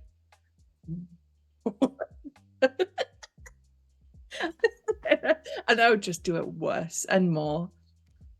My favorite is watching TV shows where there is an obvious British actor who is putting on an American accent and you can tell that they aren't used to it yet. So it's hello, I am an American. Like Benedict Cumberbatch in the first Doctor Strange movie doesn't quite know how to speak like an American. End up sounding like Microsoft Sam. A little bit. I'm It's sorry, like a procedurally generated version of that voice. It sounded AI inequality. I'm just really appreciating the fact that we just heard a Canadian impersonating a Brit impersonating an American. That's good work. That's outstanding. That's one of my go-to funny accents that I like to do. It's one of my go-to bits. Controversial take. Brits on average are on an average better at U.S. accents than Yanks are at Brit accents. Yeah. The house. Yeah, Hugh Laurie does a decent American accent. What I have to say to that is nah. I don't need to explain myself because freedom. I have a friend. She's an American who lives in Canada, and she keeps trying to do a Yorkshire accent, which is where I'm from. I'm from Yorkshire, so as I streamed over the years, I've sort of trained out my Yorkshire accent because when I first started streaming, I'd be like, "Hey, how's it going?" And I'd be talking like that, and no one could understand a fucking word I was saying. So my accent is obviously not as Yorkshire as it used to be.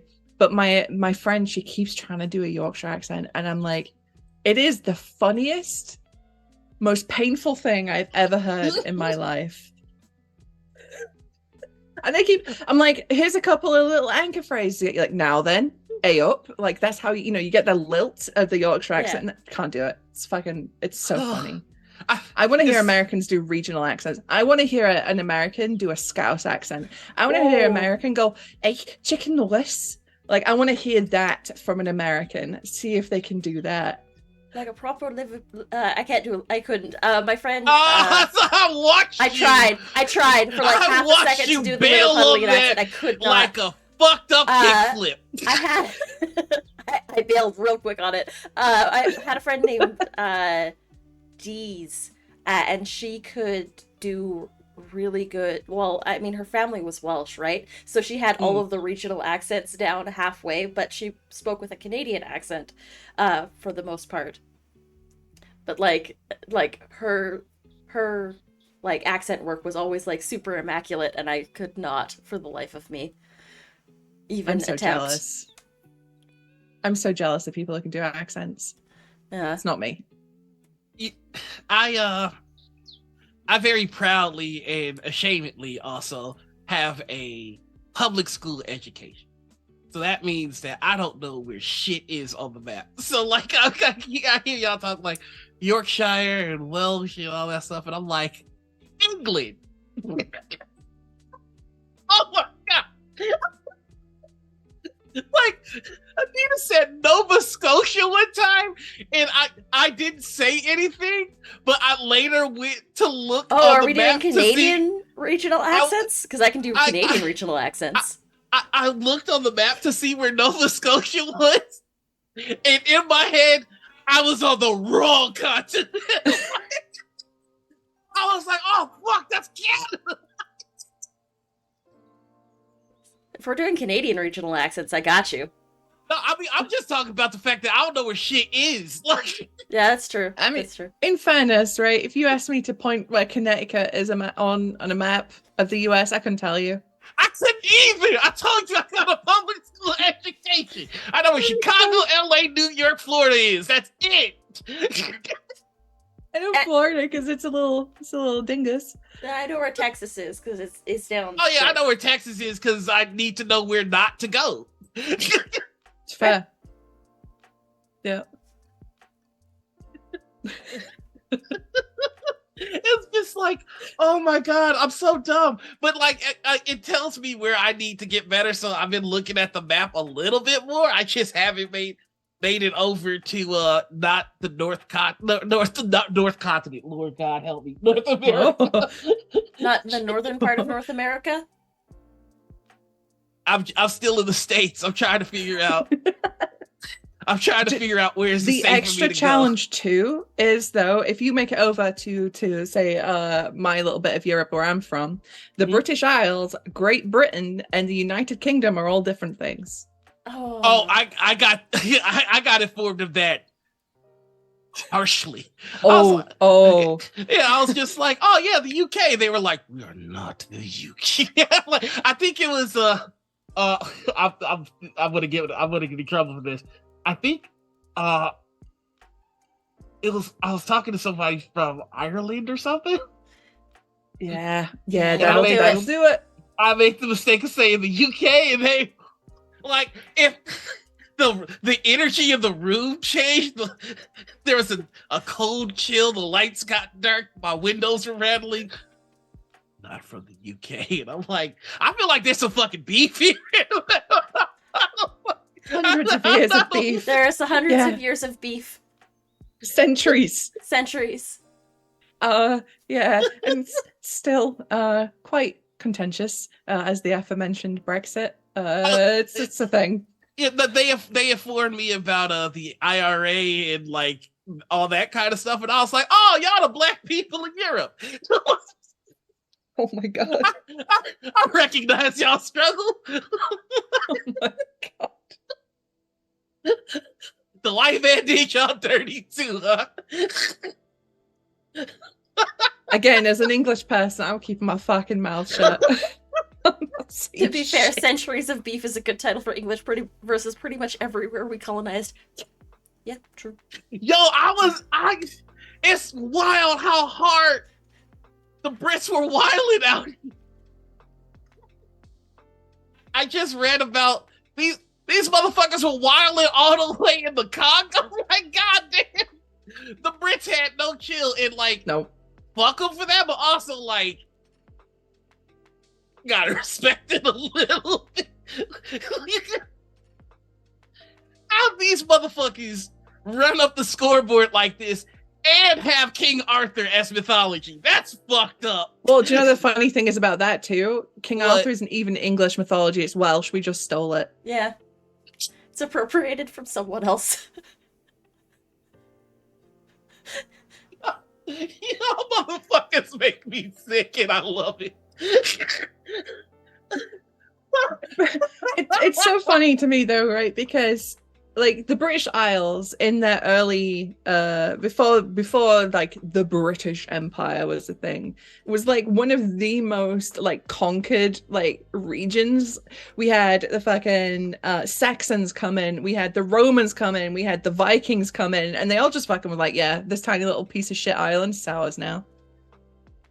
So England is such a, like, the UK is like such a shit show of like just everything, because for centuries all these peoples from all over just went, yeah, it's our island now. And then at some point Britain went, nah, fuck y'all. Like, and went on the offensive, and They went a little too far. yeah. I would pay good money to take a history course in the UK because I want to know how they teach this shit. All right, so there's this other country, and Do you know what? As someone who grew up in England, they don't teach you that. Do you know what you study for 7 years? You study the fucking Tudors. And you're like, Henry VIII had all these wives, and then he had these children, and then one of them was a Protestant dickhead, and then one of them was also a Protestant dickhead, and then there was fucking... like, that's all you learn about. And I did my A-levels. Yeah, so I did my A-levels, which in the US, so in the UK, when I went to school 300 million years ago, you could leave high school at 16. You didn't have to go to 18. So 16, you could just get out of high school and go. What is this shit? Go work. But if you stayed on for another 2 years, that's called sixth form, and you get your A-levels. So like they're a step between high school and college, university. So I did my A-levels in history, and we still fucking learned about the Tudors. Like, that's all they tell you about. And I was so sick of it. I did 7 years of learning about Henry the fucking VIII. And by the end of it, I was like, I never want to hear his name again. I'm done. Yo, that's how they get around it. Because I'm like, that's got to be awkward in class.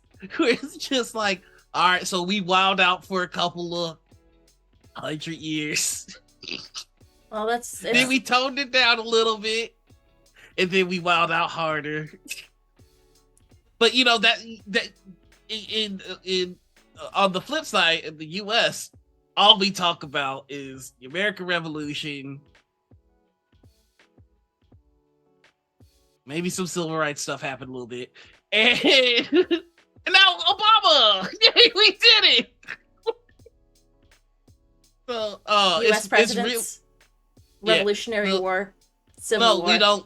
We don't learn about all the presidents. We learn about George Washington, Abraham Lincoln, Theodore Roosevelt.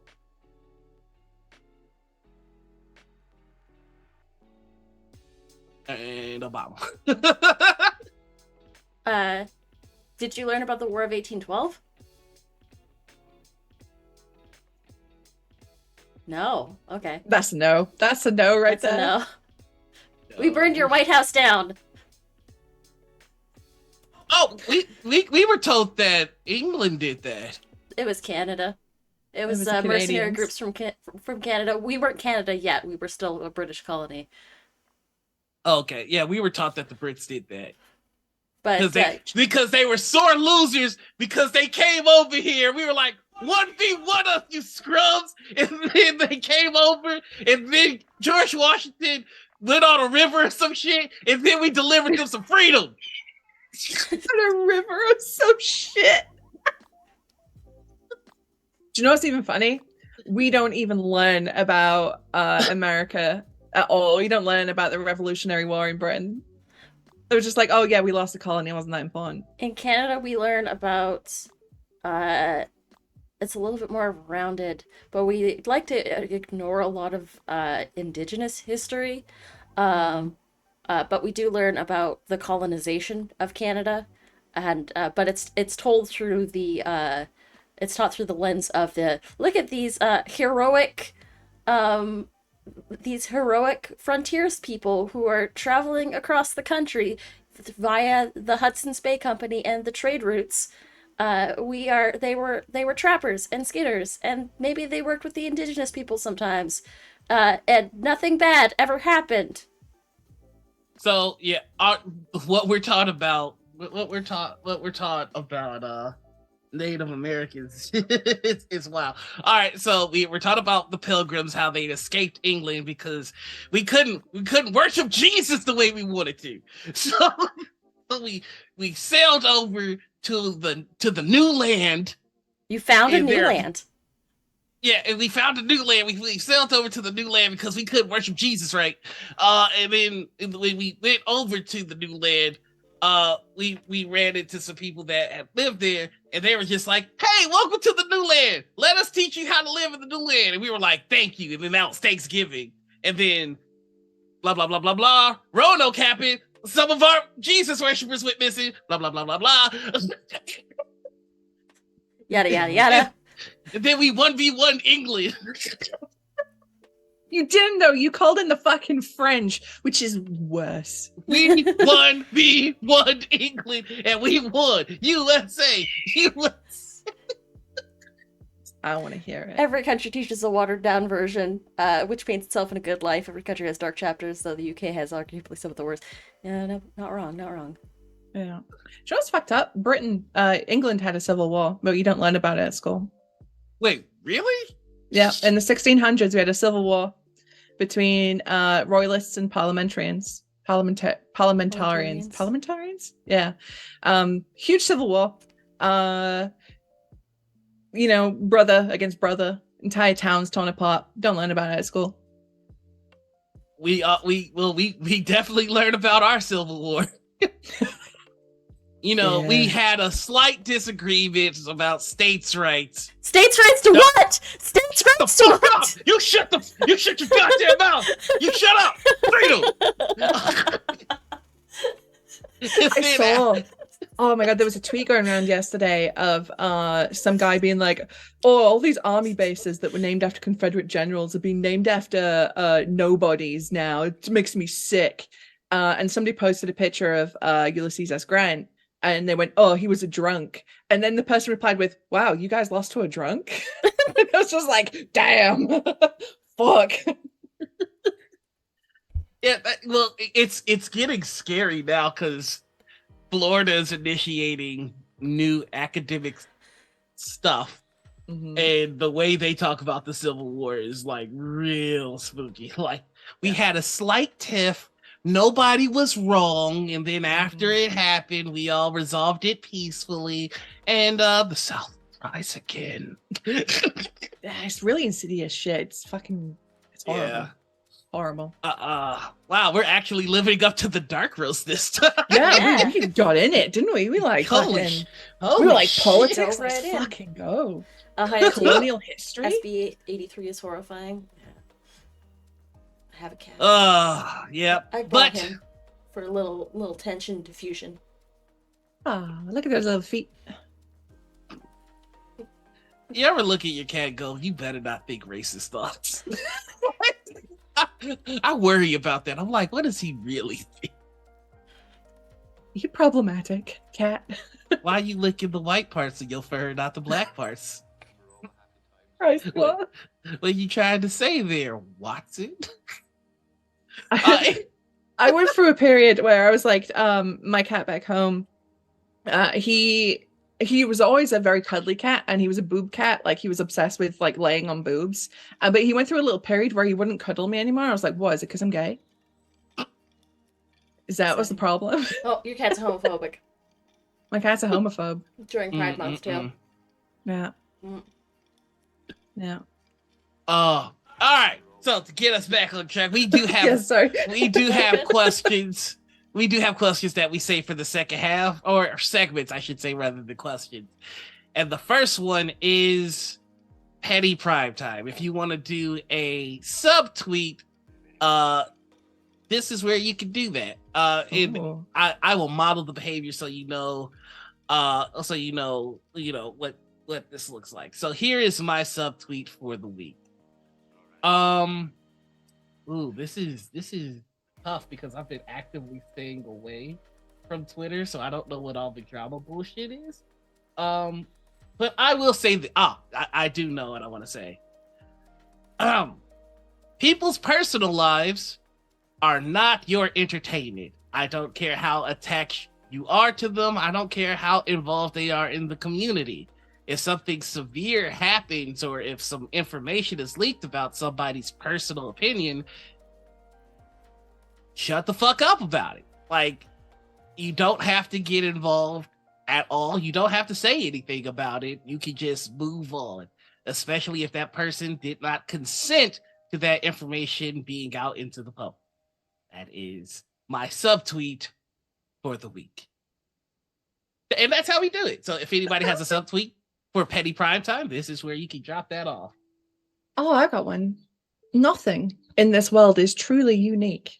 Everything is influenced by something. And as long as it's not straight one-to-one plagiarism, that's okay.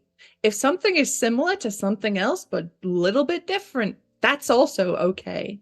You don't have to engage with everything. And if you don't like something, don't engage with it. It's that easy. Oh, that's a good one. Anita, you got a subtweet? Just because you share interests with someone doesn't mean you share values with them, and you don't have to get along with everybody that shares a hobby with you. I like it. And that's Petty Primetime, where you can get that evil out. The next segment that we have here is TTRPG Confessionals, where if you feel like you have a tendency at the table that's not so great, here's where you can confess and we will give you your penance. Of course, I will lead this again. If you are an antagonistic GM, I will check out of your game. I will be physically there, but mentally, I'm everywhere. But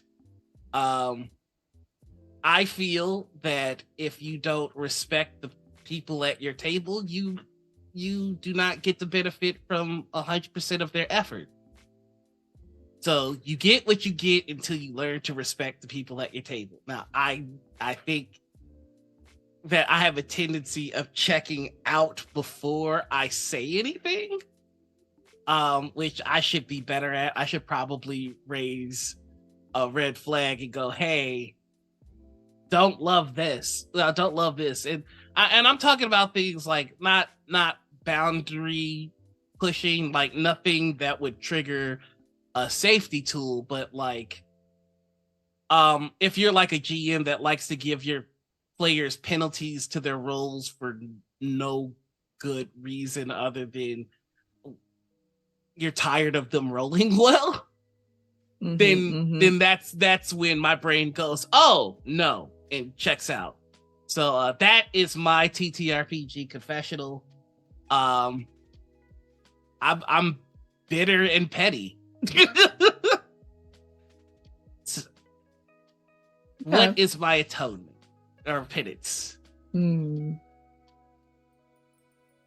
just have a, if you feel okay doing so, have like a frank conversation with the person that like with the GM and be like, hey, like I understand that like you have specific places that you want us to be, and like you've got specific things that you want us to do and accomplish with this adventure. Like if there are rails, like you can guide us towards it without actively making us feel like, I don't know, maybe I'm losing the plot here. So Like, maybe a frank conversation. Let's just a frank conversation. Yeah, Just I be mean, like hey, most of these things, right, are going to be just communication. That's just the thing. that's just it. So and I'm gonna take that penance to heart. How do I like that's fundamentally different than how I approach games. Like I am talking about I'm talking about GMs that hate when their players roll well consistently, right? And like I have a tendency to play characters that are good at like one thing. Like if you're like like if you're familiar with like like let's take the spy game for example. Ope was good at blowing shit up, and that's about it. Yeah. But so whenever there was a problem, his solution would always be like, I'm gonna blow shit up. Yep. And those are the characters that I kind of like, where it's just like every solution looks like a nail because I have a hammer. And this is just like GM that's just like, I hate that you're rolling well. Okay, like we're not using physical dice anymore. You're gonna do digital dice because I don't believe you. And then I use the digital dice, and they're still rolling the same way. And then it's just like, okay, so you're rolling well, so now I'm gonna give you like negative to your rolls, and it's just like, okay. Yeah. So that's a trigger for me. But so that is my TTRPG confessional. I would love to see what confessionals that we get from the two of you. Well, mine is in a similar petty vein. If I am in a game with someone and they have extreme main character syndrome, where they're good at everything, they dominate every scene, every interaction, they don't care about anyone else, it's just about making their character shine and their character do the cool thing, I actively root for their downfall. I actively and I will try to engineer scenarios. If it's very bad, I'll try and engineer a way for this person to fucking lose. Because this bitch needs to be humbled. And I just sit there and I scheme. I don't know that I could give you a penance because I'm 100% agree with this. I would say same solution. Talk to your GM about it. Yeah. Don't talk to the player because they might be, but be like, hey, this person seems to be like hogging the spotlight a little bit. Would you be able to push the camera in my direction just occasionally? Yeah. But here's my problem with that. I've played in games like that where I kind of go to the GM like, hey, this person is like main character syndrome. Can I just get like a moment where I can kind of do my thing? And 9 times out of 10, that player character will find a way to worm themselves into the scenario that screams that this is for this character. But they're like, but what about me though? It's the me show. So like, I say I agree with that penance.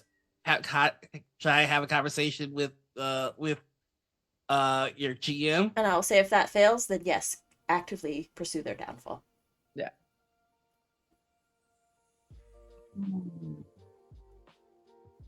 And if it's bad enough, I'll just leave. But, part of me, like the petty bit of my brain that's like, oh, I want to see you lose. The petty lizard brain. The lizard. Ah. Okay, so there's the healthy table way to handle this, which is have the conversation and be. But I want to give you the petty penance. Petty penance. Toxic table. Let's fucking go. Toxic table. Toxic table penance. Here we go. Nah, you the main character. Do to them what they do to you, but better. Oh. I'm gonna be better. I know. This is just. I'm making my life's mission. I'll go to fucking improv classes so I can show this bitch up.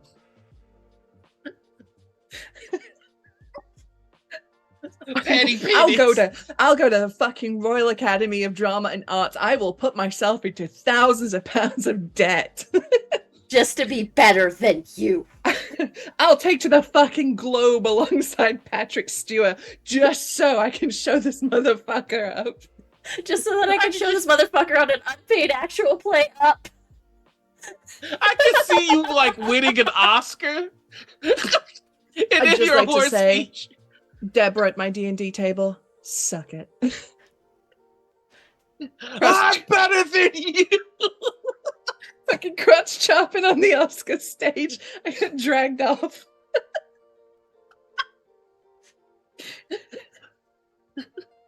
That's what was behind that stunning performance? Just pure bitterness? Yes. Spite. Spite. Oh, God. Mm. Oh, Anita, God. do you have a sin? Ooh. Ah. What is my sin?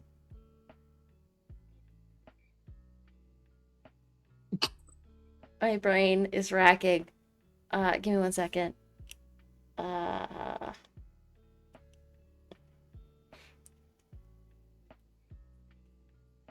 Uh. You can pass this week if you I if mean, you don't have sometimes one. I do things that I know my character's not built for. Like, I probably shouldn't. Like, there's someone else that's better at this than me, and I kind of push myself in that direction without realizing it, and I should probably stop that. Like, mean, I yeah. wind up being the talker, and I'm not supposed to be a talker. I'm not like and I end up talking more than I should. I kind That's of end up fair. being the spotlight hog sometimes. Well, this is sounding okay. So there's the spotlight hogs that exist because ego, and those are the motherfuckers that I hate. But then there's the spotlight hogs that do it because clearly we're not getting the GM's hints. So I'm just gonna sit in the driver's seat for a second and drive us to the rails so we can move the fucking story along. Because Yeah. I'm sick of sitting at a goddamn door for 40 fucking minutes arguing about how we're gonna open the fucking door. So Yeah. Been there. Sometimes been there. that's kind of what I do, but I feel bad for it. Like, I feel bad that I have to like drive the car for a little bit because like other people have things that they want to do, but at the same time we Okay. got it. We got like 2 hours for this. We gotta speed this along. Like, we gotta get to some plot eventually, folks. I'm gonna self-appoint myself the TTRPG Pope real quick. Do it. And I'm just gonna absolve you of that. That is not a sin. You are That is- fine. You're good. I will 100% agree with that. If there is a penance, I would say all you have to do is call your shot. Like, we've been here You for a little while, idiot. y'all. Trying to steal my popcorn. I mean, you can Oh. you can say that to them too. You're being little idiots. Like, I'm You're about being to fucking stupid. Move it. Watson's trying to steal Just my go through Garrett's the- because he thinks it's treats. Just go through the fucking door, you fucking idiot. Like, there's nothing like being a player in a group where the players aren't getting the GM's hint. That's bad enough. But being the GM, watching your players overthink something as small as like a fucking door or a hallway, that is what I believe hell is. Yeah. I think hell is being a GM of indecisive players. One thing I actually learned is I used to run a bunch of viewer games on Encounter, where there'd be people from the community that want to play, and it was always like D&D, something easy to pick up and play.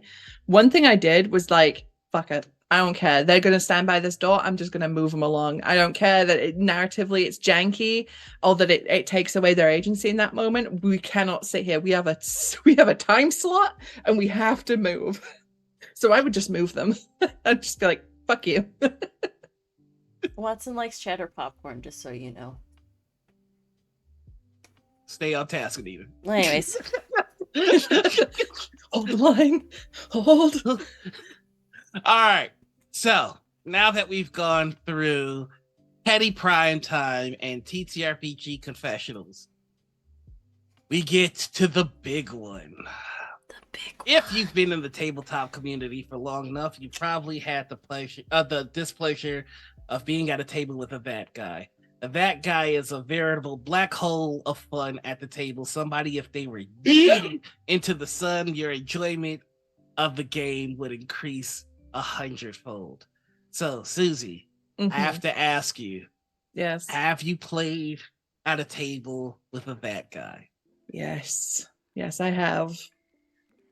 And like So being someone who basically only streams the games they're in, except for like one private campaign I'm in, I don't want to name names because I don't want to, I don't want to draw heat on anyone.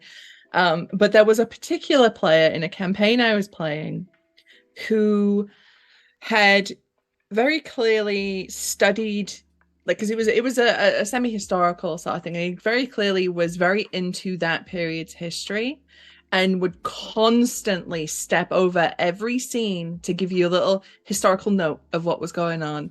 And they would talk over the top of everybody and just they had to let you know that they were like, oh, I'm the expert in this. I know what I'm doing. And it drove me up the fucking wall.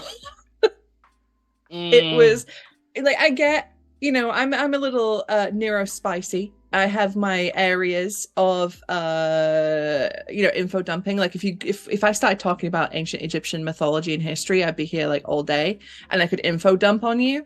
But like I know sometimes to like relive it.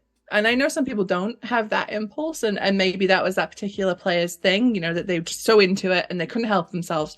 But good fucking God, there would be times I would just mute myself and just be like scrolling on Twitter or something at this while they were just going, like I just couldn't do it. I couldn't do it. I've got a name for that guy. I would like to float it past all of you. I believe that we shall name this particular that guy the Encyclopedia Britannica. Britannica? Nice. Britannica. Love it. Love it. I like that the captions actually picked up Britannica. Oh my God. It did. It did. Did that mean somebody thought of it first? No! Oh! It didn't do it when I said it. I don't think this thing likes English accents. Britannica. Britannica. Why did they put an H on yours? That's weird. I think I hit it like a German. Ich. Like I think I hit it a little, a little German. Oh, all right. So now that we've gotten through that, this is the big finish because we have made it towards the end. We did it. This is the community spotlight section. This is where you can give praise to anybody you feel is not getting enough love, people that we should be checking out, keeping an eye on, all that good stuff. Okay. Who you got?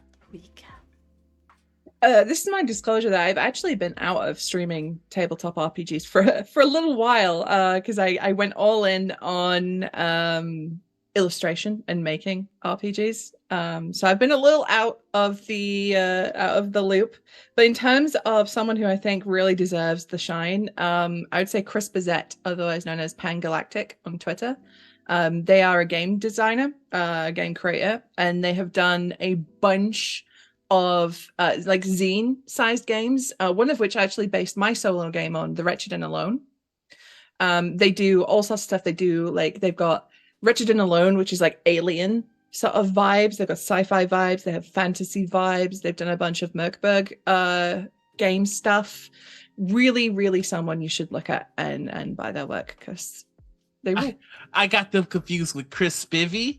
Oh no, Chris Spivey. No, you should check out Chris Spivey's stuff too. Yeah, I'm doing a Harlem Unbound game, and I was just like, oh wait, no, that's not who I thought.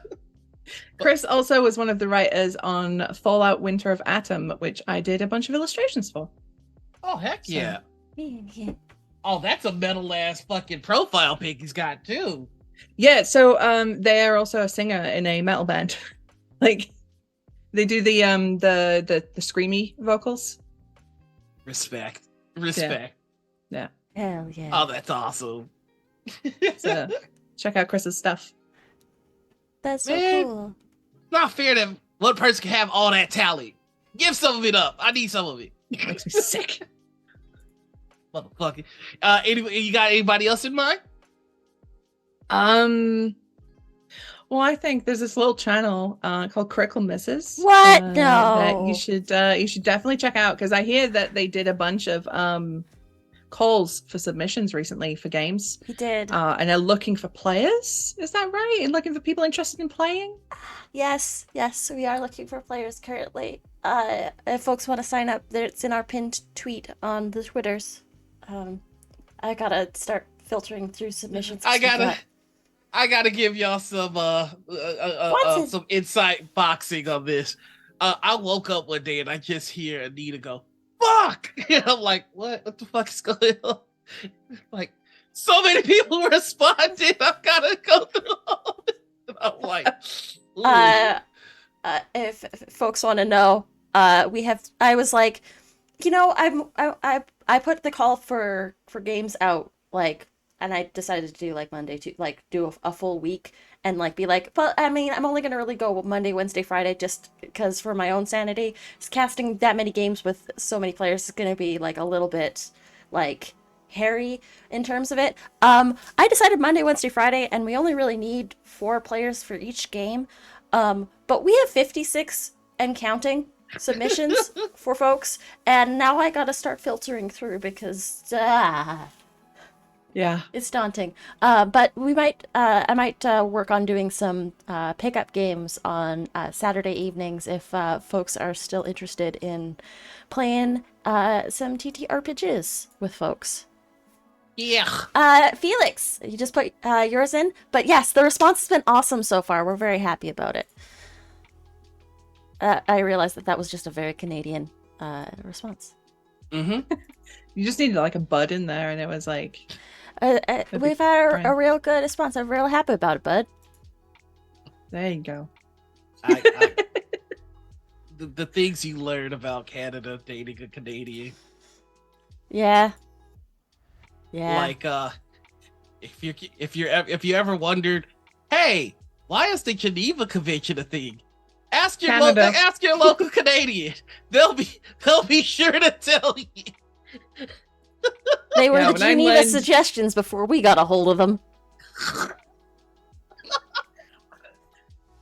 When I learned like what Canada did in like World War II, like what their troops were doing, I was like, "Fuck." Yeah, World War One. Canada and World War One, yeah. Yeah, my eyes were like The Saskatoon. poutine hockey Tim Horton motherfucker. The Saskatoon switcheroo. How dare y'all give such a atrocious thing such an adorable fucking nickname? They learned it from the geese.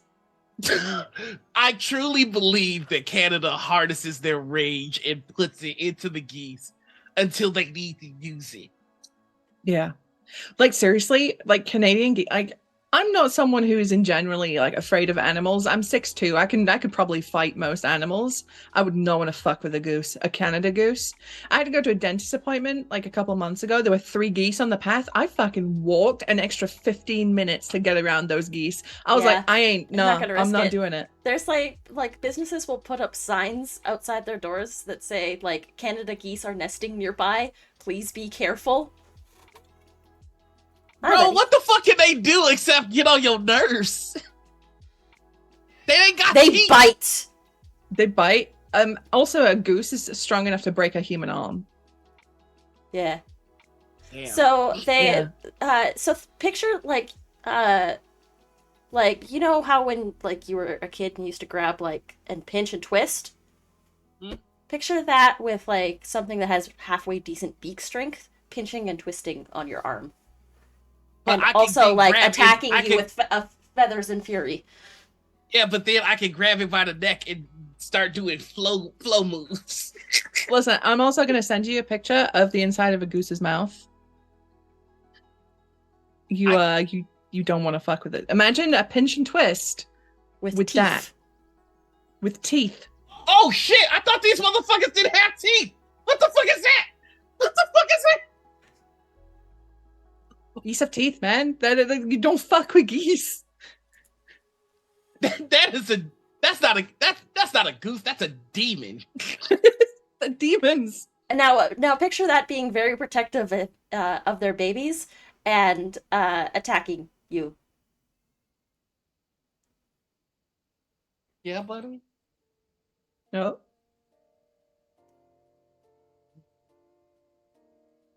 You would protect me from geese, wouldn't you? You're not gonna let the geese get me?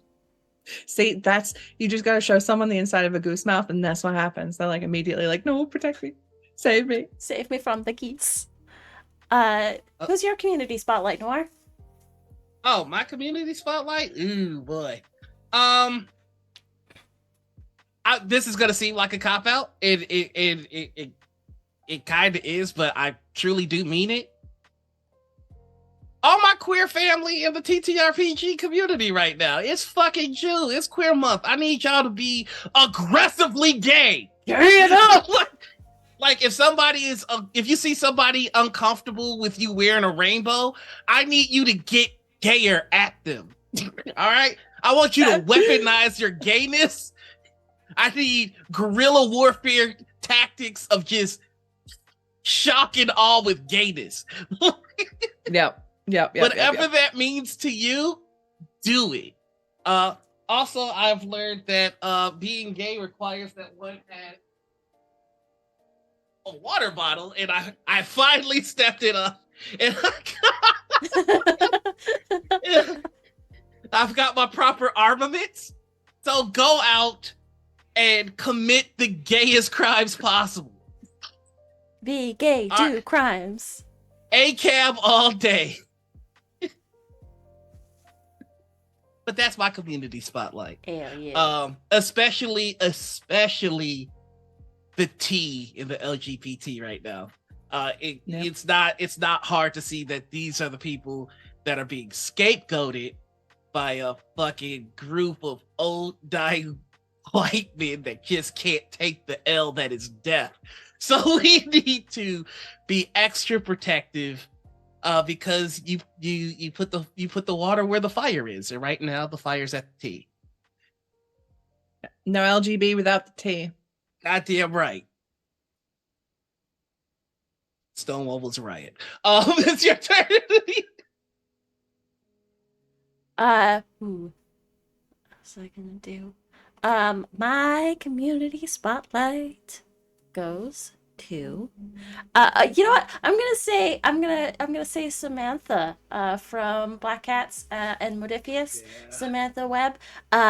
She did a thing. She made me she worked out things like a game mechanic into Star Trek Adventures, because my character is a merchant, not a Starfleet person, and so like any of the upgrades that you get as part of milestones don't really apply to civilian classes. So she wrote an entire mechanic for like gaining capital and doing business ventures for me, and that felt really cool and really good, and I liked it a lot. She's so good. She's so good. She's such a good so GM good. too. Oh, she kills me. I miss being GM myself. We gotta get you in a game with Samantha. She's so good. Hey, listen, this is an opportunity coming up. I already know I'm gonna say yes. So.